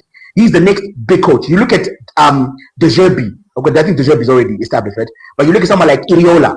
Iriola is the next big coach, right? He was in talks. So Real Madrid were considering hiring him, by the way, before they hired Mourinho, right? So he's like, these guys are the next like big names in football. Like this guy is Xabi Alonso, right? Michael Carrick is not that. He's not that, right? He's just not that. And so when I saw the club buying that player, I had to say to Manchester United fans, you need to temper your expectations. We're not in the market for Vinicius anymore. Yeah. We're just not. We're not Chomeni. We're not in the market for Chomeni or Bako. We needed a left wing as well, by the way. It's not only Arsenal we needed Vinicius, and it's not only Liverpool who needs Bakola. We also need a guy on the wing, right, on that side before Rashford came back. But we were never in the conversation. As soon as the price went over 70 million, not in the conversation at all, right? And that's because we're not that club anymore, Fadi. We're just not, right? And so I think we need to temper our expectations. Really need to temper our expectations, right? We're just not that club anymore. We're not Barcelona. We're not Bayern. We're not Real Madrid. That's what Manchester should be. We should be Bayern Munich, Real Madrid, Barcelona. That's where our fans demand, the number of fans we have, demand that we be in that conversation, right? If you look at the amount of times how much we're covered in the newspapers, how much we're covered on Sky, how much we're covered on BBC, how much we're covered on Supersport, how much we're covered all over the world, right? Or even on social media, we demand that level of, but we're not. We're just slightly bigger than Leeds, bro. We are. I mean, seriously. We're just like the next level up from Leeds right now. And for so long as the club is being run this way, because remember the sporting director is from Red Bull Leipzig. That's where he's from. Right? And what was he known to do? He's known to buy small players, develop them, and make money selling players on that plan. And look, it's a smart business plan because Manchester United is one of the biggest platforms on earth. Yeah. If a youngster has one or two good seasons, you can sell the guy for a lot of money. Yeah. Right? Look at what Man City are doing with Savinho. Tottenham are stupid enough to pay, I don't know, 70, 80 million pounds for a guy for Savinho. That's what happens. You go to a high-profile club, boom, suddenly you're a dope player, right? Even though you do nothing.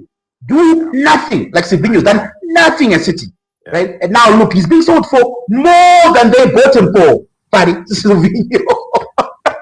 So and I think that's where we are. So Fadi, I think we're there. And so my expectations are rot, please. Huh? You can't have another. Look what's happening with Lenny Euro and Aiden Evans. Like if Ferguson was there, our starting centre backs would be Lenny Euro and Aiden Evans. What's the point of playing Harry Maguire, Fadi? We know what Harry Maguire brings to the table. We know. It's so dumb. For me, it doesn't make any sense starting Harry Maguire. We know what Harry Maguire brings to the table. We know. It doesn't work. You can't win anything with him as the center guy. He's a good squad player. Look, Ten Hag tried to get rid of him. Amorim tried to get rid of him. Right? Every manager tried to get rid of Harry Maguire. And we couldn't because his contract was ridiculous. Right? Carrick was like, nah, you should be captain. Boom. If Captain Magnifico of Bruno Fernandes was not the captain of Manchester United, Harry Maguire we would have made Harry Maguire the captain. I'm telling you right now. It makes zero sense. Harry Maguire is 31. He couldn't even make it into England. Fadi. And that's the guy that Manchester United is starting. Ahead of Lenny Euro. When are we going to see Lenny Euro? Is he actually good enough? When are we actually going to see him have 5, 6, 7, 8? Look, Smalling, whatever you want to say about Smalling, Ferguson gave him a good run, bro. Johnny Evans, who's the coach right now, nobody liked Johnny Evans. We always hate him, but he gave him a go. We need to see what he's like. Yeah. If Ferguson was there, Aiden Evans would be starting with Lenny Euro today. Those would be the two starting centre backs. Let's see. What have we got to lose, Fadi? What have we got to lose? We're not favourites to win the title. We're not favourites to win the Champions League. We're not favourites to win the FA Cup. We're not favourites to win. So let's give it a go because you might actually have some gems there. But what I'm afraid of is at least Shea Lacey and JJ Grebo, they're super young. So they've got time. They can survive Carrick. But Lenny Euro and Aiden Evans need to play. They need to play. And we're gonna be like, maybe those guys are not really good enough because we never even gave them a bloody chance, bro. Yeah. Like he's playing Luke Shaw in left back. Yeah. We're not playing Patrick Dogu. Yeah. We know what Luke Shaw brings to the table, bro. We've seen it. So that's the thing I'm always saying. Like, look, Brazil did. This is what Brazil did in the World Cup. Exactly. What are you trying? You're playing safe, and it's everybody. Exactly. Can see it. Even your competition. Your competition can see it too. So they'll play. Yeah. They'll play you with your safe play. play you out. It's poor. Yeah. Because we're like, oh no, Lady Euro could be the next Varane. But if he doesn't play, Varane was starting at 19 for Real Madrid. 19, right? 19. Rio Ferdinand at 19, he was starting for West Ham and Leeds. 19 to 8 around there. He was so for me, if you don't give these guys a chance, they're never gonna play. So for me, it was like when I saw last season against Leeds, the game against Leeds, but it opened up my eyes. When I saw that, and I remember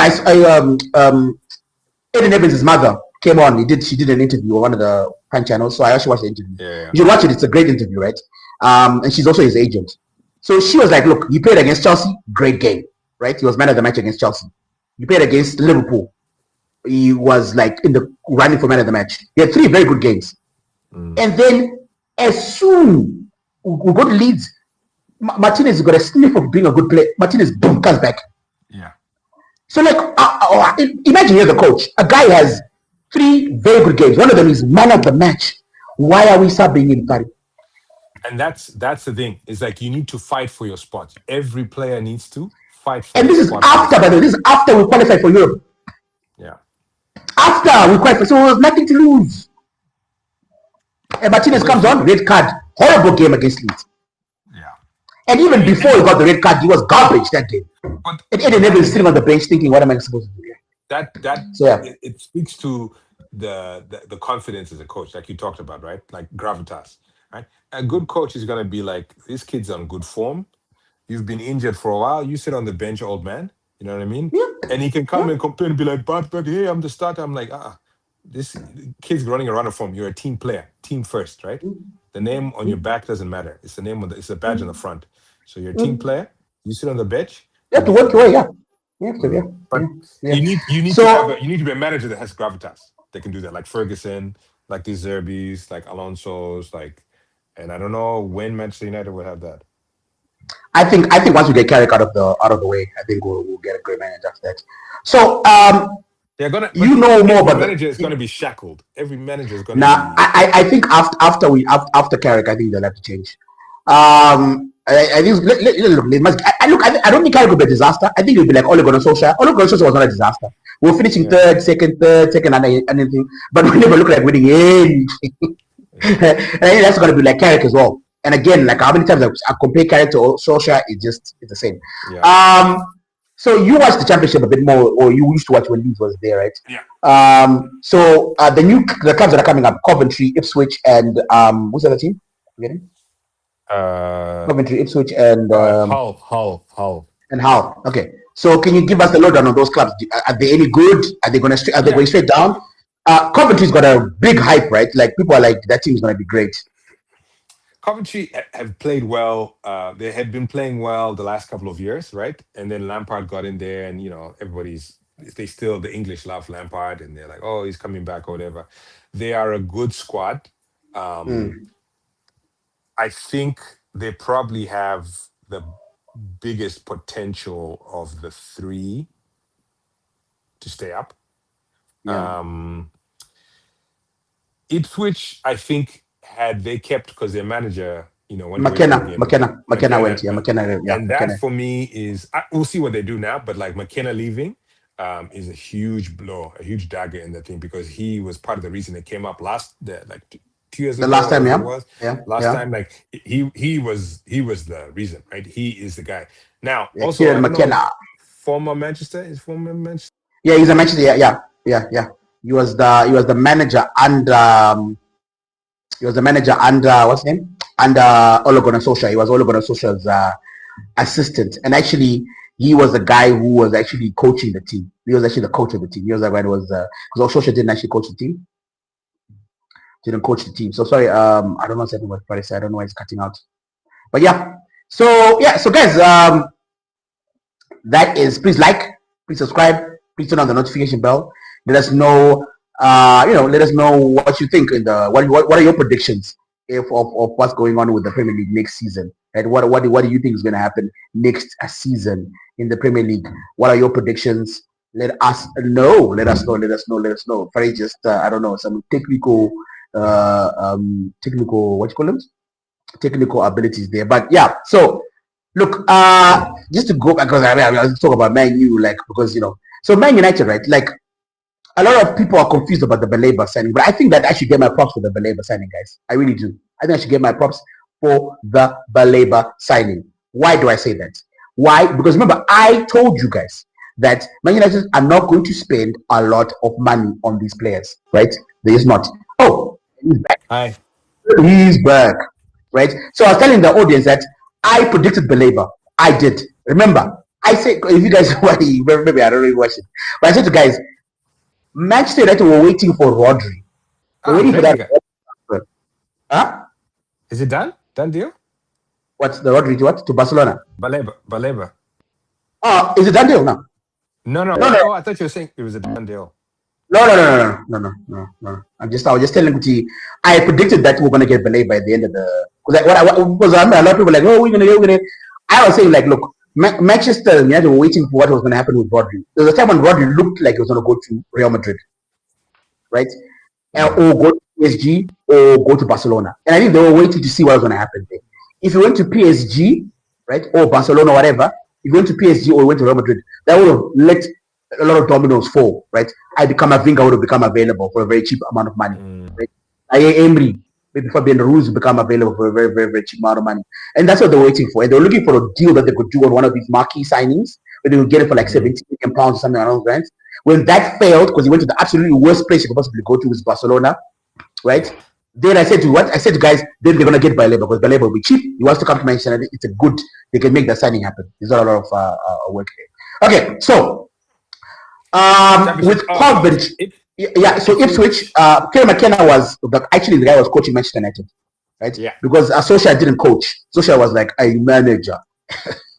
So I'm wondering, is this actually a play? Is this actually like is McKenna taking a year off to wait for the Manchester United job? Is that kind of what's happening? Nah. Kerry McKenna's the wrong guy. The wrong guy. Oh, he's a good guy. Yeah. He's more Areola. He's actually like Areola vibes. He gives me Areola like tactical. Can you do that thing again with your phone? Because it's doing the same thing now. The thing that you did last time. Let me see if I can change that. You did last time. See what happens. I don't know. Just technology, guys. Technology. Sorry. Technology. You sound good now. All right. So you're saying he's like an Areola? I think McKenna is like an Areola. Nah. We've seen Areola. Remember, like we've seen McKenna. We've seen him because the team, under Solskjaer, right? Maybe you can say maybe he was being directed what to do, right? But he was the guy who was coaching the team, right? Not Solskjaer. Solskjaer was a manager. Solskjaer was in the office, right? Because you're trying to do an Alex Ferguson, who is in the office, right? The guy who was coaching the team day to day was actually McKenna, Michael Carrick, and what's his name? Mike Phelan. Those are the guys who are actually coaching. The guys who were doing their day-to-day coaching. So when you look at that Manchester United team and how awful it was to watch, I don't want that again, bro. I don't want that. But again. Here's the thing. You got to look at you look at Daniel Farker, right? I'm going to come back to him.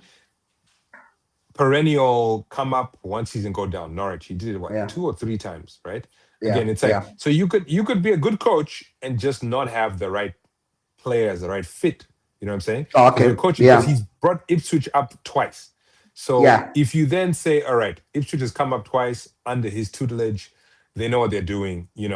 He's one of these championship guys that can bring people up. If he then mid-season, Carrick is having a howler, I could see him coming in being like, okay, let's get him in there. Let's get him to coach these things. Like, he's potentially safe. In terms of Hull is another Yorkshire team. Yeah. They're tough. They're greedy.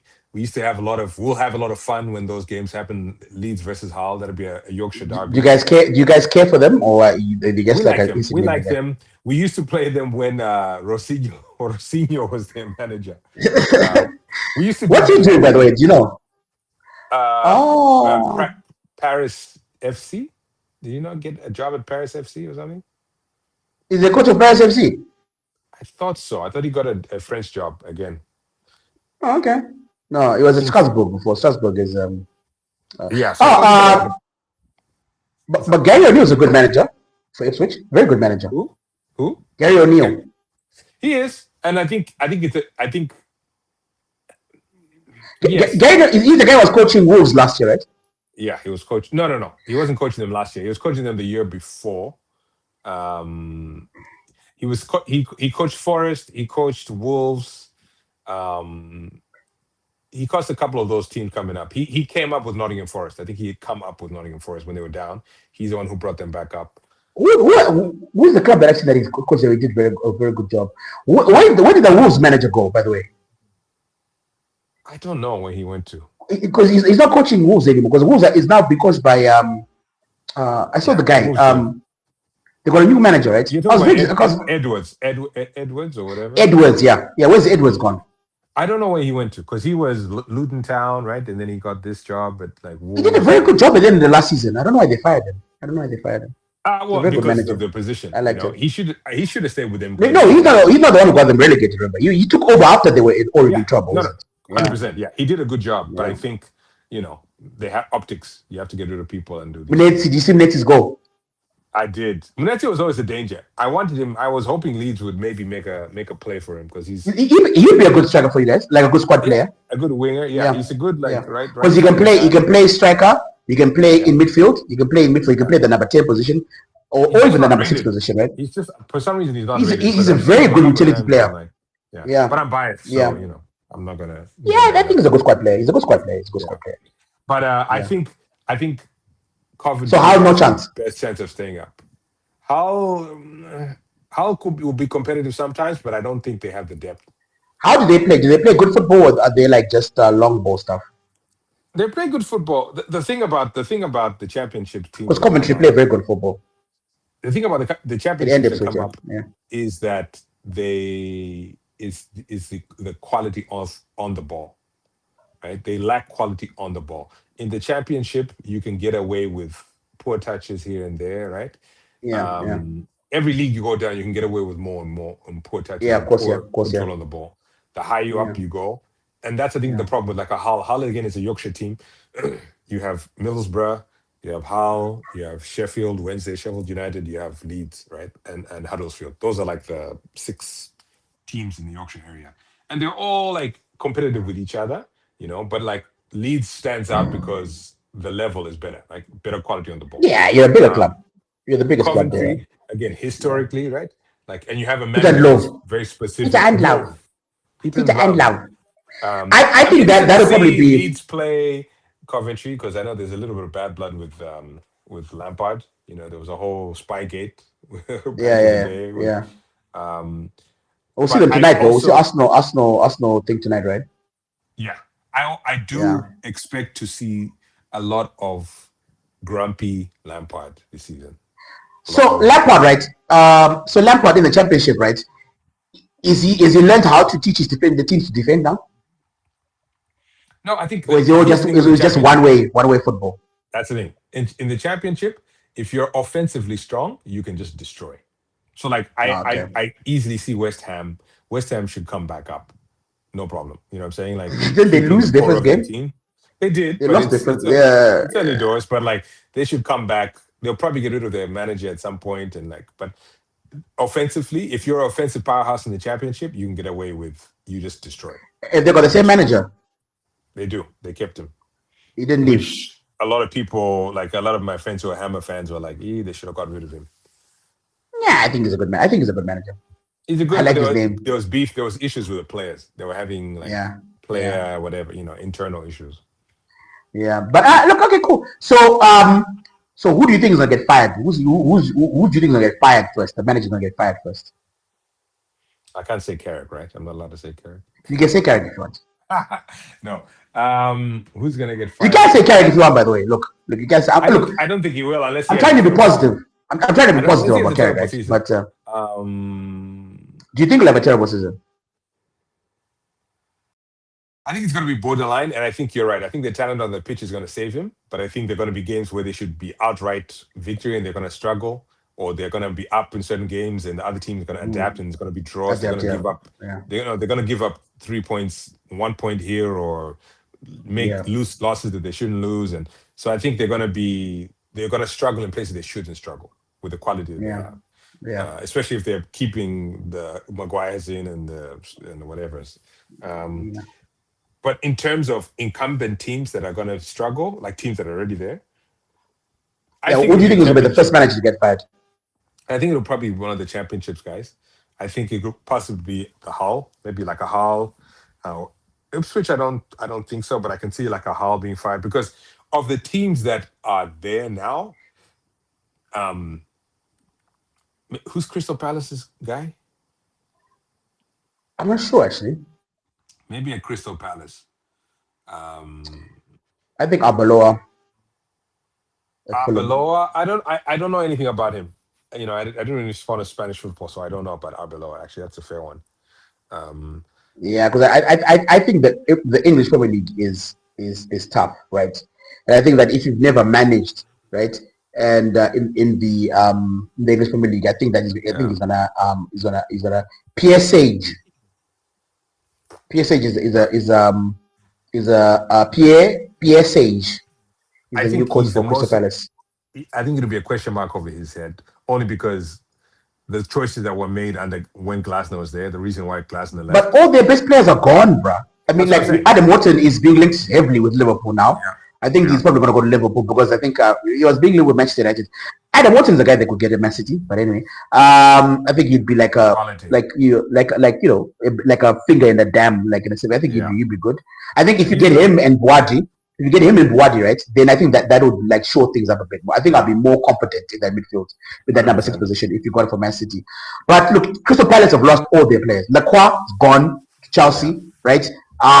What they got left? Bateta wanted to go. He really wanted to go, but now he's being forced to stay, right? So he's not happy. He's looking to leave. yeah. So you got a disgruntled. The main striker is just disgruntled.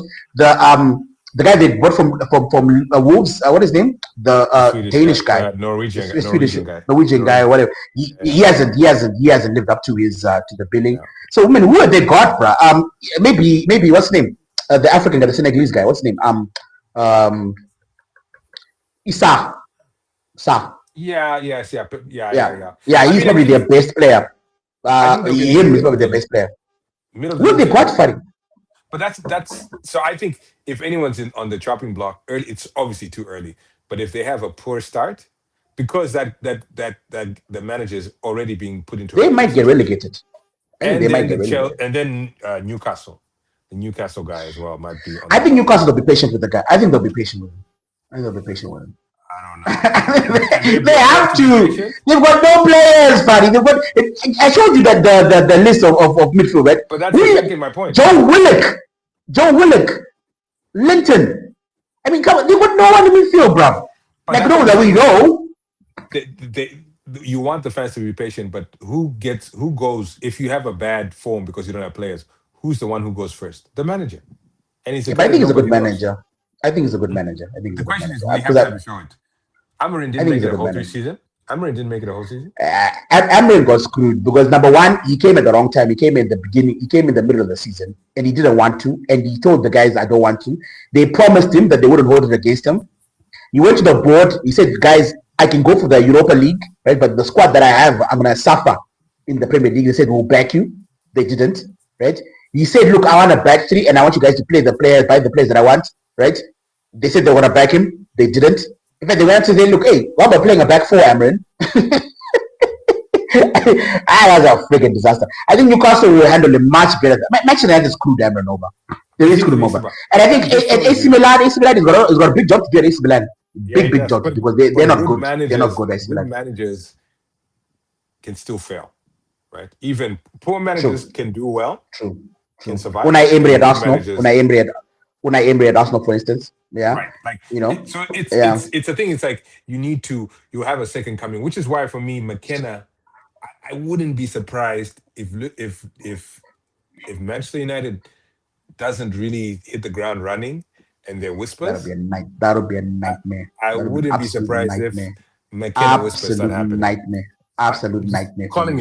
it now. I wouldn't be surprised if they start whispering. Pari, you're normally quite accurate in these things. I hope this one you're wrong. You're wrong. I hope you're dead wrong. No, because I think, look, you have to, Real Madrid, for instance, Real Madrid, right, this is an example, right? They were like, look, Mourinho might not be at the, Mm. But we can't be hiring Kieran McKenna at Real Madrid. And that's what they were like, No. right? They saw a play with Abaloa, right? Because he wasn't big enough. He was, Yeah. so he might have been a good coach. Who knows? I mean, we'll see at Fulham. We'll see at Fulham, right? I mean, And there's a lot of but things we'll see this year for sure. Yeah. we'll see at Fulham. But bro, I just think like if you are a new manager like Abaloa, Fulham is it's not the job, bro. You could struggle, bro. I think he needed to stay in Spain, right? Develop his career a bit more, right? In a league that he knows, where he Mm. speaks the language fluently, where he knows the culture, the food, the weather, the refereeing, all that kind of stuff, right? I mean, he could prove me wrong, by the way. He could completely prove me wrong, but I just think he's going to be the first one on the chopping block. And then who do you think is going to get relegated? I think Hull. I think Hull and Ipswich. Um,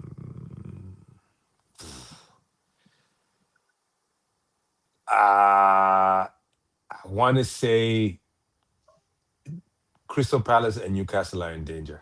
I want to say the four of those are at the bottom. You are so down on Newcastle, bro. You're so down on Newcastle, bro. They just show what they've showed. What they've showed us, like. But okay. I think you have to say the three that have come up, and then Yeah, you'd lump in Newcastle Newcastle, because Crystal they've just Palace. gone down, and you Crystal Palace. I think you just those five right now would be the battling teams. I think Leeds has improved. I think Forest got a good manager. Forest got a good manager, so they're going to be as good. If they should be better than they were last season. Um, What about Brentford's going to Sunderland? be fine. Sunderland, they haven't. Second season syndrome, bro. Okay, so in fairness, it's all about their start. I don't think they can recreate the start that they made last season, right? Because the start that they made last season was like lights out, and that set them And then well ahead. Europe.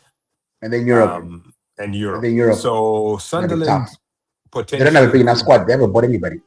yeah, that's a good point. Sunderland could be. I'd put Sunderland down there as well. Um, Yeah, I mean Sunderland's a good point because it's going to be hard to redo what they did last season. But if you can beat up on Newcastle, if you can beat up on Crystal Palace, if you can beat up on the three that come up, right? Those are Mm. four, 5 teams below you that you're saying, okay, we're going to win 2 legs, right? That's Yeah. that's Yeah. you know what I'm saying. It's so you say there are at least 9 games that we can win, right? You're Hey. going to Okay. say right? If you're saying you're Hey. beating Okay. Hull, you're beating, you're better than Hull, you're better than Ipswich. Uh, you can get one from Coventry, you can get one from Newcastle. You know what I mean in Crystal Palace. That gives you about 9 wins, right? Eight to nine Okay. wins, right? It puts you in a good enough spot. So potentially, if I was going to do the order bottom going up, I'd probably put Ipswich at the bottom, Hull, Coventry. Uh, So Coventry to go down. I think they'll be fighting. I think Coventry is going to be the team that's going to be like, is it Coventry? Is it Newcastle? Is it Sunderland? You know what I mean? Is it Crystal Palace? I think Sunderland is going to be the competitive team. Or they get their handed to them, and Lampard is just another flop in the Prem. He can't do it again. He comes up and it's just a disaster. He And I can sounds see so them getting rid confident, of. Bro. He No, but sounds that's so because confident, bro. Lampard. All He the sounds so memes, confident. all the memes of Lampard are going to come back. All of those memes But of him being grumpy or whatever. And the thing is, yeah, championship managers, even McKenna, who we're talking about, you can do great in the yeah. championship. You can come up, which But is why struggle. Farker is a big deal because he's survived. He survived this. He passed his year. He's done it. He came up with Norwich 2 or 3 times, right? He was the guy, Yeah, championship yeah, king. He gets out of there, no problem, but he couldn't stay up. yeah, Lampard yeah, is going to have that yeah. same issue. Um, and you're right. I, Sunderland is the same deal. You're right. Sunderland I, is also going to I, I be. I think I think Coventry. I think Coventry. I think maybe because it's Peter and Lowe's club, so I got a good feeling about them. I just got good vibes Personally, about I'd them. say I Sunderland think and I think Coventry because of Granit Xhaka. I think Ipswich, Hull, and Crystal Palace. Those are my three. Because I think Crystal Palace, all the guys are gone. They don't really have. They got good. Dean Henderson is a decent keeper. I think he's a good keeper. But he's not like a De Gea or something who's gonna save you from relegation, right? So I think Dean Henderson is a good keeper. But I think what else have they got, bro? What else have they got there? I can see that. I mean, that's potential. I think. I'd say. And I think Fulham is gonna be there. I think Fulham is gonna be in there, right? I think Fulham is gonna be in there. So I think it's gonna be. I think number 20 will be Hull. Number 19 will be Ipswich. And number 18 will be Crystal Palace. I think Fulham will right there, right above them. And I think Sunderland. Those are my 5 teams that I think are gonna struggle for relegation. For me, I'd put Coventry. I'd put Coventry below. Because there's always one team that surprises, right? One team that surprises. I think that team will be Sunderland. Because here's the thing about it will be Coventry. Sunderland, but I think we'll see tonight. They're playing Arsenal tonight, right? I think we'll see. Yeah. I want to see how they defend, right? Look, they're going to lose to Arsenal. They're going to lose, right? They're going to be overpowered in midfield. 100%. The defense is solid, and all the kind of thing, right? But I think that or see if they capitulate and they do like the Lampard teams of old, where they get like 1-4-0, like they'll be resolute for a little bit and then you just see the team and then I'll tend to agree with you. But I think if they put a good fight, they lose 3-0, maybe a corner, it's tough game, whatever. I want to see some fights. I want some fights in them. But second season syndrome is real, bro. It's real. Yeah, you're right. It's real. Here's what I'll say about Arsenal results. They don't mean anything. Because Leeds were walloped twice by Arsenal last season. And we still beat Manchester United. We still beat, you know what I mean? Yeah, we were playing well. Yeah. We were just like Arsenal at a level that's like, so it is really, it's a tough. But there was a time when you guys were not playing well, right? There was a time when you guys had like little sections in the season, right? Where we did, you were good, and then you went for a long time where you were just drawing or losing, right? We were competitive. Second half, we were competitive nearly every game except for against Arsenal. But we were in it. We were there. We were there thereabouts. The first half, we were struggling. We had to change our formation, but we got walloped twice by Arsenal. Right, walloped twice. I think it's like maybe 8-1 in aggregate, whatever the 2 games or whatever. 4-0. Look, it happens. It happens, bro. It happens. Right. I mean, we destroyed Arsenal. We destroyed Arsenal. So. We got walloped, but. We were still better than, we were 14th, could have been a bit higher with some results going our way, I think it's going to be tough to judge Coventry. I think every team, the first 3 games, after the third game, we'll have a better judgment of where people will lie.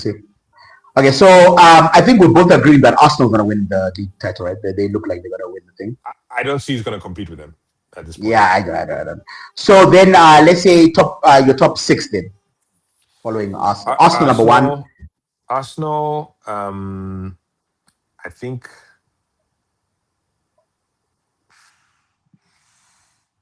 Chelsea looks good on paper, and I like Alonso as a coach. So Chelsea, I think I see Liverpool getting better faster than we think. Yeah. So I could see them possibly being 3rd. Yeah. I think Spurs are gonna be in top 4. 4th. Yeah. And I think Manchester United will be there 5. in 5th. And then I think City or Aston Villa. You know what? But Villa's lost some big parts. So I think it'll be Villa and then City. So I think Villa is like 6th spot and then like City's like on the outside 7. looking in. You're not the only one, right? I don't. On ESPN, there's a guy who predicted Man City 37 as well. They lambasted the guy. They shouted the guy down. I mean, you're being ridiculous. After what we saw, after the Community Shield, because the thing is, it's not like they're gonna exponentially get better after that performance. No, I don't think so. And even Boadi will take some time. Boadi will take some time to remember when and Enzo Fernandez as well will take some time to do it. Yeah, the Georgian guy took a while to get hot. What's his name? Kushunov. Oh, Kushunov, yeah. Kushunov. So young kids coming in. No, now he's solid, but the young kids coming in, you struggle. So Boadi is going to come in and struggle. Yeah. I would say I think Arsenal. I think Arsenal number 1. Arsenal. Number 2, Chelsea. I'll say Chelsea is not going to be number 2. Number 3, Manchester United. Number 4, I'll put Tottenham. Number 4. Number 5, I'm going to put Liverpool. Right. Number 6, Number 5, I'll put Man City. Number 6, I'll put Liverpool. No, I'll put number 5, Liverpool. Number 6, Man City. And then number 7, Aston Villa. That is my prediction. Okay. I think Villa on run of form, obviously they've lost, one of their key players. But I mean, they look good last season. They look good. Yeah, but I think without Tillmans, their midfield, they lack creativity in midfield. They've lost Morgan Rogers. He's gone. Yuri Tillmans is gone. Oli Watkins, I think, is another year older, so they haven't solved that problem with Oli Watkins. There were talks of Nicholas Jackson coming there, of Joshua Zirkzee coming, right? But we haven't seen that materialize. Tammy Abrams, they paid 20 million pounds for that guy. He hasn't really come to fruition as well. There's no Marcus Rashford. There's no Sancho. So they've lost. Konsa looks like he's going as well. Emi Martinez looks like he's going because I think they just bought a new goalkeeper, right? Konsa signed for Arsenal today. Konsa just signed for Arsenal, and I think Arsenal Villa bought a new keeper, right? So who did they buy again? They bought a new keeper. I think Emi Martinez. Yeah, I think so. I think Arsenal Villa bought a new keeper. So look, he's a good coach. He's a good coach, right? He's a very, very good coach. So I don't think they'll fall off, right? And also remember they're in Europe as well. Remember they're in the Champions League as well, right? So I think that I don't know, man. I just think that they're gonna struggle unless they do some. Until I see. But I do think. They signed the Japanese goalkeeper Zion Suzuki. Oh, Suzuki. Okay. For 30 million pounds. Yeah, for 30 million pounds. We were trying to get him. I want to get him over Trafford. Anyway, Trafford's gonna be great. But sure. They got Garnacho. They got Wan-Bissaka and Garnacho. They got João Gomez. I think will be good in midfield, and they got Joan Mazambi, who Newcastle wanted again, and they failed to get him right. So I think they will have a solid. That shows you they're going to have a solid midfield, like a solid midfield, right? They'll be difficult to beat, well organized, right? But I just don't see goals in Aston Villa. That's the thing. I just don't see goals. I think Oli Watkins is a year older. He's being heavily linked with Fenerbahce, by the way, as well. And they tried to sell him to Manchester United. Manchester United said no, right? And so Oli Watkins is like he's on his way out. He's on his way out. I don't think he's going to be another 20, 25, 30 goals. Right, so if he doesn't score 30 goals for you, 20 goals for you, then where are they going to get the goals? Garnacho? No. So for me, I think they don't have enough goals in them, and I mean they don't have enough goals in them. I think defensively they'll be sound. Midfield they'll be okay, but I don't think they have that creativity in midfield anymore without Morgan Rogers or Yuri Tillmans. They don't have that creativity anymore in midfield. Mazambi is highly rated, so we'll see what he brings to the table. But Wan-Bissaka is a good defender. Wan-Bissaka is a very, very good defender, actually, 1-on-1 defender. But they've not got Matty Cash in that position, so we'll see where he plays, where Wan-Bissaka plays. Oh, yeah. They lost Lucas Digne. Lucas Digne is gone to PSG. Yeah. They are left back. He's gone. Lucas Digne is gone. Morgan Rogers is gone. Yuri Tillmans is gone. Where are they going to get the goals from? That's fair. Where are they going to get the goals from? Yeah. So that's my question for Aston Villa. Who's going to finish? Who's going to score goals this year? Haaland and who else? Haaland will score because he always scores, and I think João Pedro will score a lot of goals this season, especially on the Champions League. So I think I'm a better manager. I think João Pedro will score tons of goals. Yeah, I think low key. I think Rashford will score quite a lot of goals. I think as well, Rashford, low key. I think Isak, if he stays fit, he will score loads of goals. Right? I think Isak will be up there, top goal scorers if he stays fit. Because I think people are forgetting about Liverpool. By the way, people are sleeping on Liverpool, right? Liverpool had a good squad. They just had a garbage coach, right? I think Isak, very good player. Ekitike, excellent player, right? Florian Wirtz is a very, very good player. Florian Wirtz under Iriola, that's going to be a bit scary. That guy is a good player, right? And so Florian Wirtz, Ngomoa, we talked about Ngomoa, Nyoni, Soboschelai. So going forward, even if they get Bakola, I mean I don't think he's like that game changer, but he's a good player. If they keep Sidney Gakpo, right? He looks like Tottenham wants him as well. If they can keep Gakpo, then I think that Liverpool, going forward under Iriola, they look very good, right? They look very, very good. And I think it's a bit scary going forward because if he then can unlock some of those Bournemouth, like you can get like a Junior Cooper there, a Ryan there, like next season, maybe not this season, but next Yeah. season, then that team starts looking a little bit different, right? So I think that they spent almost $500 million last year. So Liverpool are never gonna like break the bank, right? I think Liverpool's biggest problem is Van Dijk. They got rid of Salah, well done, right? But Van Dijk is Liverpool's biggest problem. And he's one of those players, he's an albatross on that club. There's Yeah. nothing they could do to get rid of him because he's highly Yeah. popular with Liverpool fans, right? The Yeah. English media love him, right? I mean, they make him seem like he's Lucas Radebe or something like that. He's not, right? Yeah. Like Van I Dijk is, mean, look, Van Dijk, they say Van Dijk is one of the greatest defenders, like, they put him in the same like it's with John Liverpool. Terry and Liverpool Sol fans. That's what Campbell they do. and Vidic and those players like Van Dijk had a good 4 years, like four, Yeah. right? That's it. But that's what it Sol takes. Campbell, Sol Campbell dominated for a decade, right? All it Tony takes is you to win Adams, a title. John All it takes Terry. is win a title, and 4 years is a decade. That's the Yeah, man. reality. I mean, Van Dijk is so overrated. For like 2 or 3 years, 4 years, he was like the best defender. Like he was Yeah. amazing, right? Yeah. But He's he's lost not the his same step. player. He's lost He's his not the step. same player. And Yeah. like So I don't unless he want can to do hear some that. yoga or something, Liverpool are in trouble in that situation. So I don't know. Like these guys do these longevity, whatever. Adam. So I do think he's gonna struggle with Van Dijk. I think the Yeah, defense is I gonna struggle, agree. and I think Alisson as well. Alisson needs to get back to his good form. He wasn't good last Mm, season, Alisson. It wasn't good last season. He wasn't good last season. yeah, So I think okay, I cool. agree. So let's get into some American sports, right?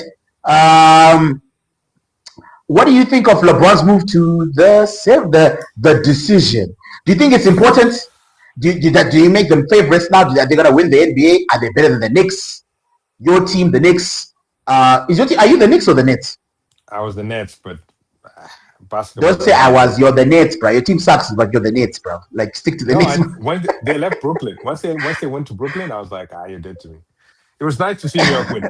We talk about that. It was nice to see New York win. I had it wrong. I said San Antonio, and New York said, We we all thought it out was gonna be San here, Antonio. We we're all thought it was gonna winning be San this. Antonio. Except for New York, they were like, we're coming home. So, Look, um, Jalen Brunson, but I just feel sorry for them. I just hope I wish it had happened when there was the World Cup in America. I think it would have been much yeah, bigger. yeah. It Um, might have been big in America, but outside of America, nobody cared, bro. it was huge Nobody, here. It was no, huge here for the no, for the for the week that it was for sure. Like yeah, two no, no weeks, one gave maybe 2 weeks. It no, was huge. Yeah, they were nobody going gave to it throw out any. first balls. Like New York. It was fun. Yeah, or Ferran Torres. You Um, see, Ferran Torres throwing the first ball. oh yeah, the first pitch. I'm like, guys, you need to practice, Ferran man. Torres, you Come think on. he's doing talk shows and all that kind of stuff, you know? Nerves. I'm nerves. I'm living the dream. Ferran Living the Torres. dream. Bruh, he's left it up, bruh. He's left it up, bruh. Good for Yeah, him so too. good Okay, for what are him, my bruh. Good for thoughts him. on LeBron? My thoughts LeBron on to the LeBron. 76ers. So my wife and her family are Lakers fans, and big Kobe fans, and they also liked LeBron while he was here, and they were somewhat disappointed. They thought he might stay or whatever, whatever. For me, I think we need to just stop talking about LeBron. You know what I'm saying? Like, I think he is going to go down as probably the third best, fourth best player to play. He's going to go down as a GOAT, no doubt, right? Definitely going to go down in Cleveland's books forever as their greatest player, right? Yeah, he's definitely Um, Cleveland's best player. um, He might be but Miami's as well, right? Dwayne Wade would have to be Miami's. I think Dwayne Wade would have to be Miami's best player if you're going to Okay. put it down there. I think that's his franchise. Um, so I think he's my age. He's our age, 42, something like that. Yeah, data, Mm, right? We saw the basketball, the finals that just happened. We mm. saw the finals we saw the OKC San Antonio New games. York. Then Yeah. we saw the New York San Antonio games. I don't care who you have on your squad. A 42-year-old LeBron and always injured Embiid, maybe a disgruntled Jalen Brown who has to prove something, a Maxi who's young and who has potential. Edge Unless come. they're unless they really galvanize as a team, I don't think. I think the NBA is past LeBron. Not to say that he Yeah, can no longer play, but I think in my eyes, the whole where is he going, this and that is going to make a difference. I think we're going to get mid-season, and all the talk is going to be about OKC and San Antonio again in the Western yeah, Conference. yeah. Eastern Conference is going to be New York looking like they're balling again. Detroit's trying to right their wrongs from last season. You know what I mean? Or can the second 76ers, when New York played Philly for that first couple of games, to be like, oh, it's excited. But to me, It's a Jalen non-starter. Brunson, Jalen Brunson, um, obviously Wemby, um, and the OKC guy. What's the OKC guy? What's the The acronym? I forget. Canadian SGA, SGA. right? Like that The is SGA. basketball now. That What to about me Anthony is Edwards and Lamelo in Minnesota? Minnesota. Lamelo. Lamelo. Lamelo. I think Lamelo's a good player. I think his brothers have given him a bit of a bad name, but I But think like, he's no, genuinely a good player. I think he can ball. But like, if we look at the They push teams the that made envelope. it, if we look at the teams that made it to the top three teams last year, right? Obviously, New York, San Antonio, um, OKC, right? And Joe now knows about OKC, right? Yeah. Those are teams built on like three, usually three young team players, right? Stars, right? Quality stars within those teams, but they're team players. Like they're surrounded by guys that are, they're not saying, this is me. They're not like, they're not Kobeing and saying, this is my squad. You're going to be on my back, young Kobe. They're older Mm. Kobe's like, I'm playing with the squad here, right? For me, like, I think Minnesota is definitely going to be more competitive, right? But like I'm thinking back to like Jokic. Because there's Jokic gets more than hot, one player who can score, right? Because I think Minnesota was always but like it's Anthony Edwards. it's If Anthony Edwards synergy. wasn't going to get It's his, synergy. yeah, What's the synergy with those things? I don't like on paper.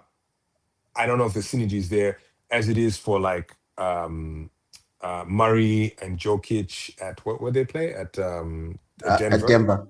right? Like Denver could find their form again. Like those guys has synergy, right? When they Yeah, win, and like I think Jokic to is me, it's there's over. more of that. I think the It could be unathletic over. players never. The unathletic players don't last long. They just don't, right? So Jokic is one of those guys. He's just not athletic enough to have a Mm, long career. He just, I always knew his window was gonna be short, right? It's one of those players like you know. And yeah, for him, is basketball really a priority? Because look, when like that guy doesn't care, bro. When he was drafted, he was on his farm, and he wasn't even part of. He wasn't even there, bro. He was on his yeah. farm, bro. But it's He's also he's like unfair there. because if your interests are different, then people give you a bad rep. Like this guy I doesn't care know. That's what about. I'm saying. Like, if you look at someone like Wemby, or someone like Ant, or someone like Yeah, SGA, or someone like Jalen Brunson, who eat, breathe, live, like basketball, like they are. You know what I'm saying? That's the yeah. thing, right? And I mean, like, guys, as I said, I think the achievement of New York is, yeah, bro, it's just a huge achievement what they did, bro. How long has it been since New York won a title? Like 30 years, 40 years? Yeah, 30 plus years. It was. I mean, it's I it's a mean, big like deal. that's a great. I mean, that's a monumental achievement, right? I hope he But wins that's all where of those. basketball's going. I That's hope he where wins all those basketball's going. SPs, all of those SPs, and Oh yeah, and all Laureus, the whatever. I hope awards. he wins all of those. Right? I hope he wins. Because Jalen Brunson, and I think Jalen Brunson is so underrated still. Correct. Still, like if Correct. you still today, if you tell people who are the best players in the NBA, Jalen Brunson still wouldn't be in the top five. People will still be talking about like Giannis and LeBron, and people like you're like, dude. Like But I honestly, think if you that did a poll today in America and said, look, who would you take? Would you take Giannis, LeBron, who's the guy at Houston, Kevin Durant, Steph mm, Curry? Those guys would be all ahead of Jalen Brunson, but I think that's right? Jalen sports, Brunson, sorry. right? That's sports because let's look at the World Cup. What are we talking about? Haaland and Messi But Haaland and is all sick. these. He's good. He's actually good, Haaland. No, sorry, not Haaland. I meant Ronaldo. Ronaldo and Ah, Messi. It's like we're always talking about these things. No one would take Ronaldo over Mbappe or Ronaldo over. Look, Ronaldo, like you wouldn't take him over a lot of people. Like, yeah, you're right. I guess I know what you're saying. Reputation, You know what I'm saying? reputation. Yeah, Yeah, reputation. Yeah, yeah. It's like and they don't want to. And here's the thing: if I'm a news reporter, I'm yeah, guaranteed to have talking points about. Yes, let's talk about LeBron. Let's talk about the Warriors not being what they are. Let's talk about Giannis showing up in Miami. These are definitely talking points. But basketball that we saw last year, right? yeah, To me, yeah. is the future of the NBA, We where have you have moved these on. It's moved on. defensive-minded teams that play Yeah, strong defensive basketball, and I yeah. don't think these crazy scorers are there. You're looking at teams that have everybody's getting 30, 20 here, 40 there. Like it's spread out because everybody's playing defense. They're distributing the ball. You know what I'm saying? Like that's what the NBA is about. So is LeBron You going to be cannot. playing defense for 4 quarters? I guess nah, Is nah. Embiid going to be playing defense for 4 quarters? Nah, I think Embiid is more important. I mean, and look, Embiid, right? Again, if you see the season against Boston or whatever, he's still the most important player in the 76ers, right? If he is fit, right, they can do a lot. But as Yeah. soon as he goes, I mean that's the end. Yeah. What did you think of Stephen A. Smith's comments about the Lakers being too white to win? I mean, You he's got a lot of flag for wrong. it. You He's got a lot not of flag wrong, for it. though. He's not Because I mean, wrong. like the top three players right now that connect on Yeah. Luca, and then Yeah. what's his name? The other guy, what's his name? With the headband. Yeah, what's his name? Uh-uh. Um, The other guy, the other Laker. he We're was, forgetting the famous Laker. The guy who scores a lot, but is not very good defensively. yeah, That he guy. was injured and he came back. I know he's Yeah, talking yeah, about, yeah, but yeah, yeah. um, the Lakers aren't going to be competitive. Um, and LeBron staying would have been a help them, but like especially now they're going through the transition. It's Austin going to be interesting to see Reeves, Austin Austin Reeves, Austin Reeves. Reeves, It's going Austin to be Reeves. interesting Yeah. to see who they buy and where they're going to go because now the team has to build around Luca, right? But he's done well. He's done well, right? When they got Kevin Looney. They got Kevin Looney. Yeah. I think that the Lucas always done well when he's the center of attention, hasn't he? He does, but you still need a squad around you. Like when he was in Dallas, Yeah.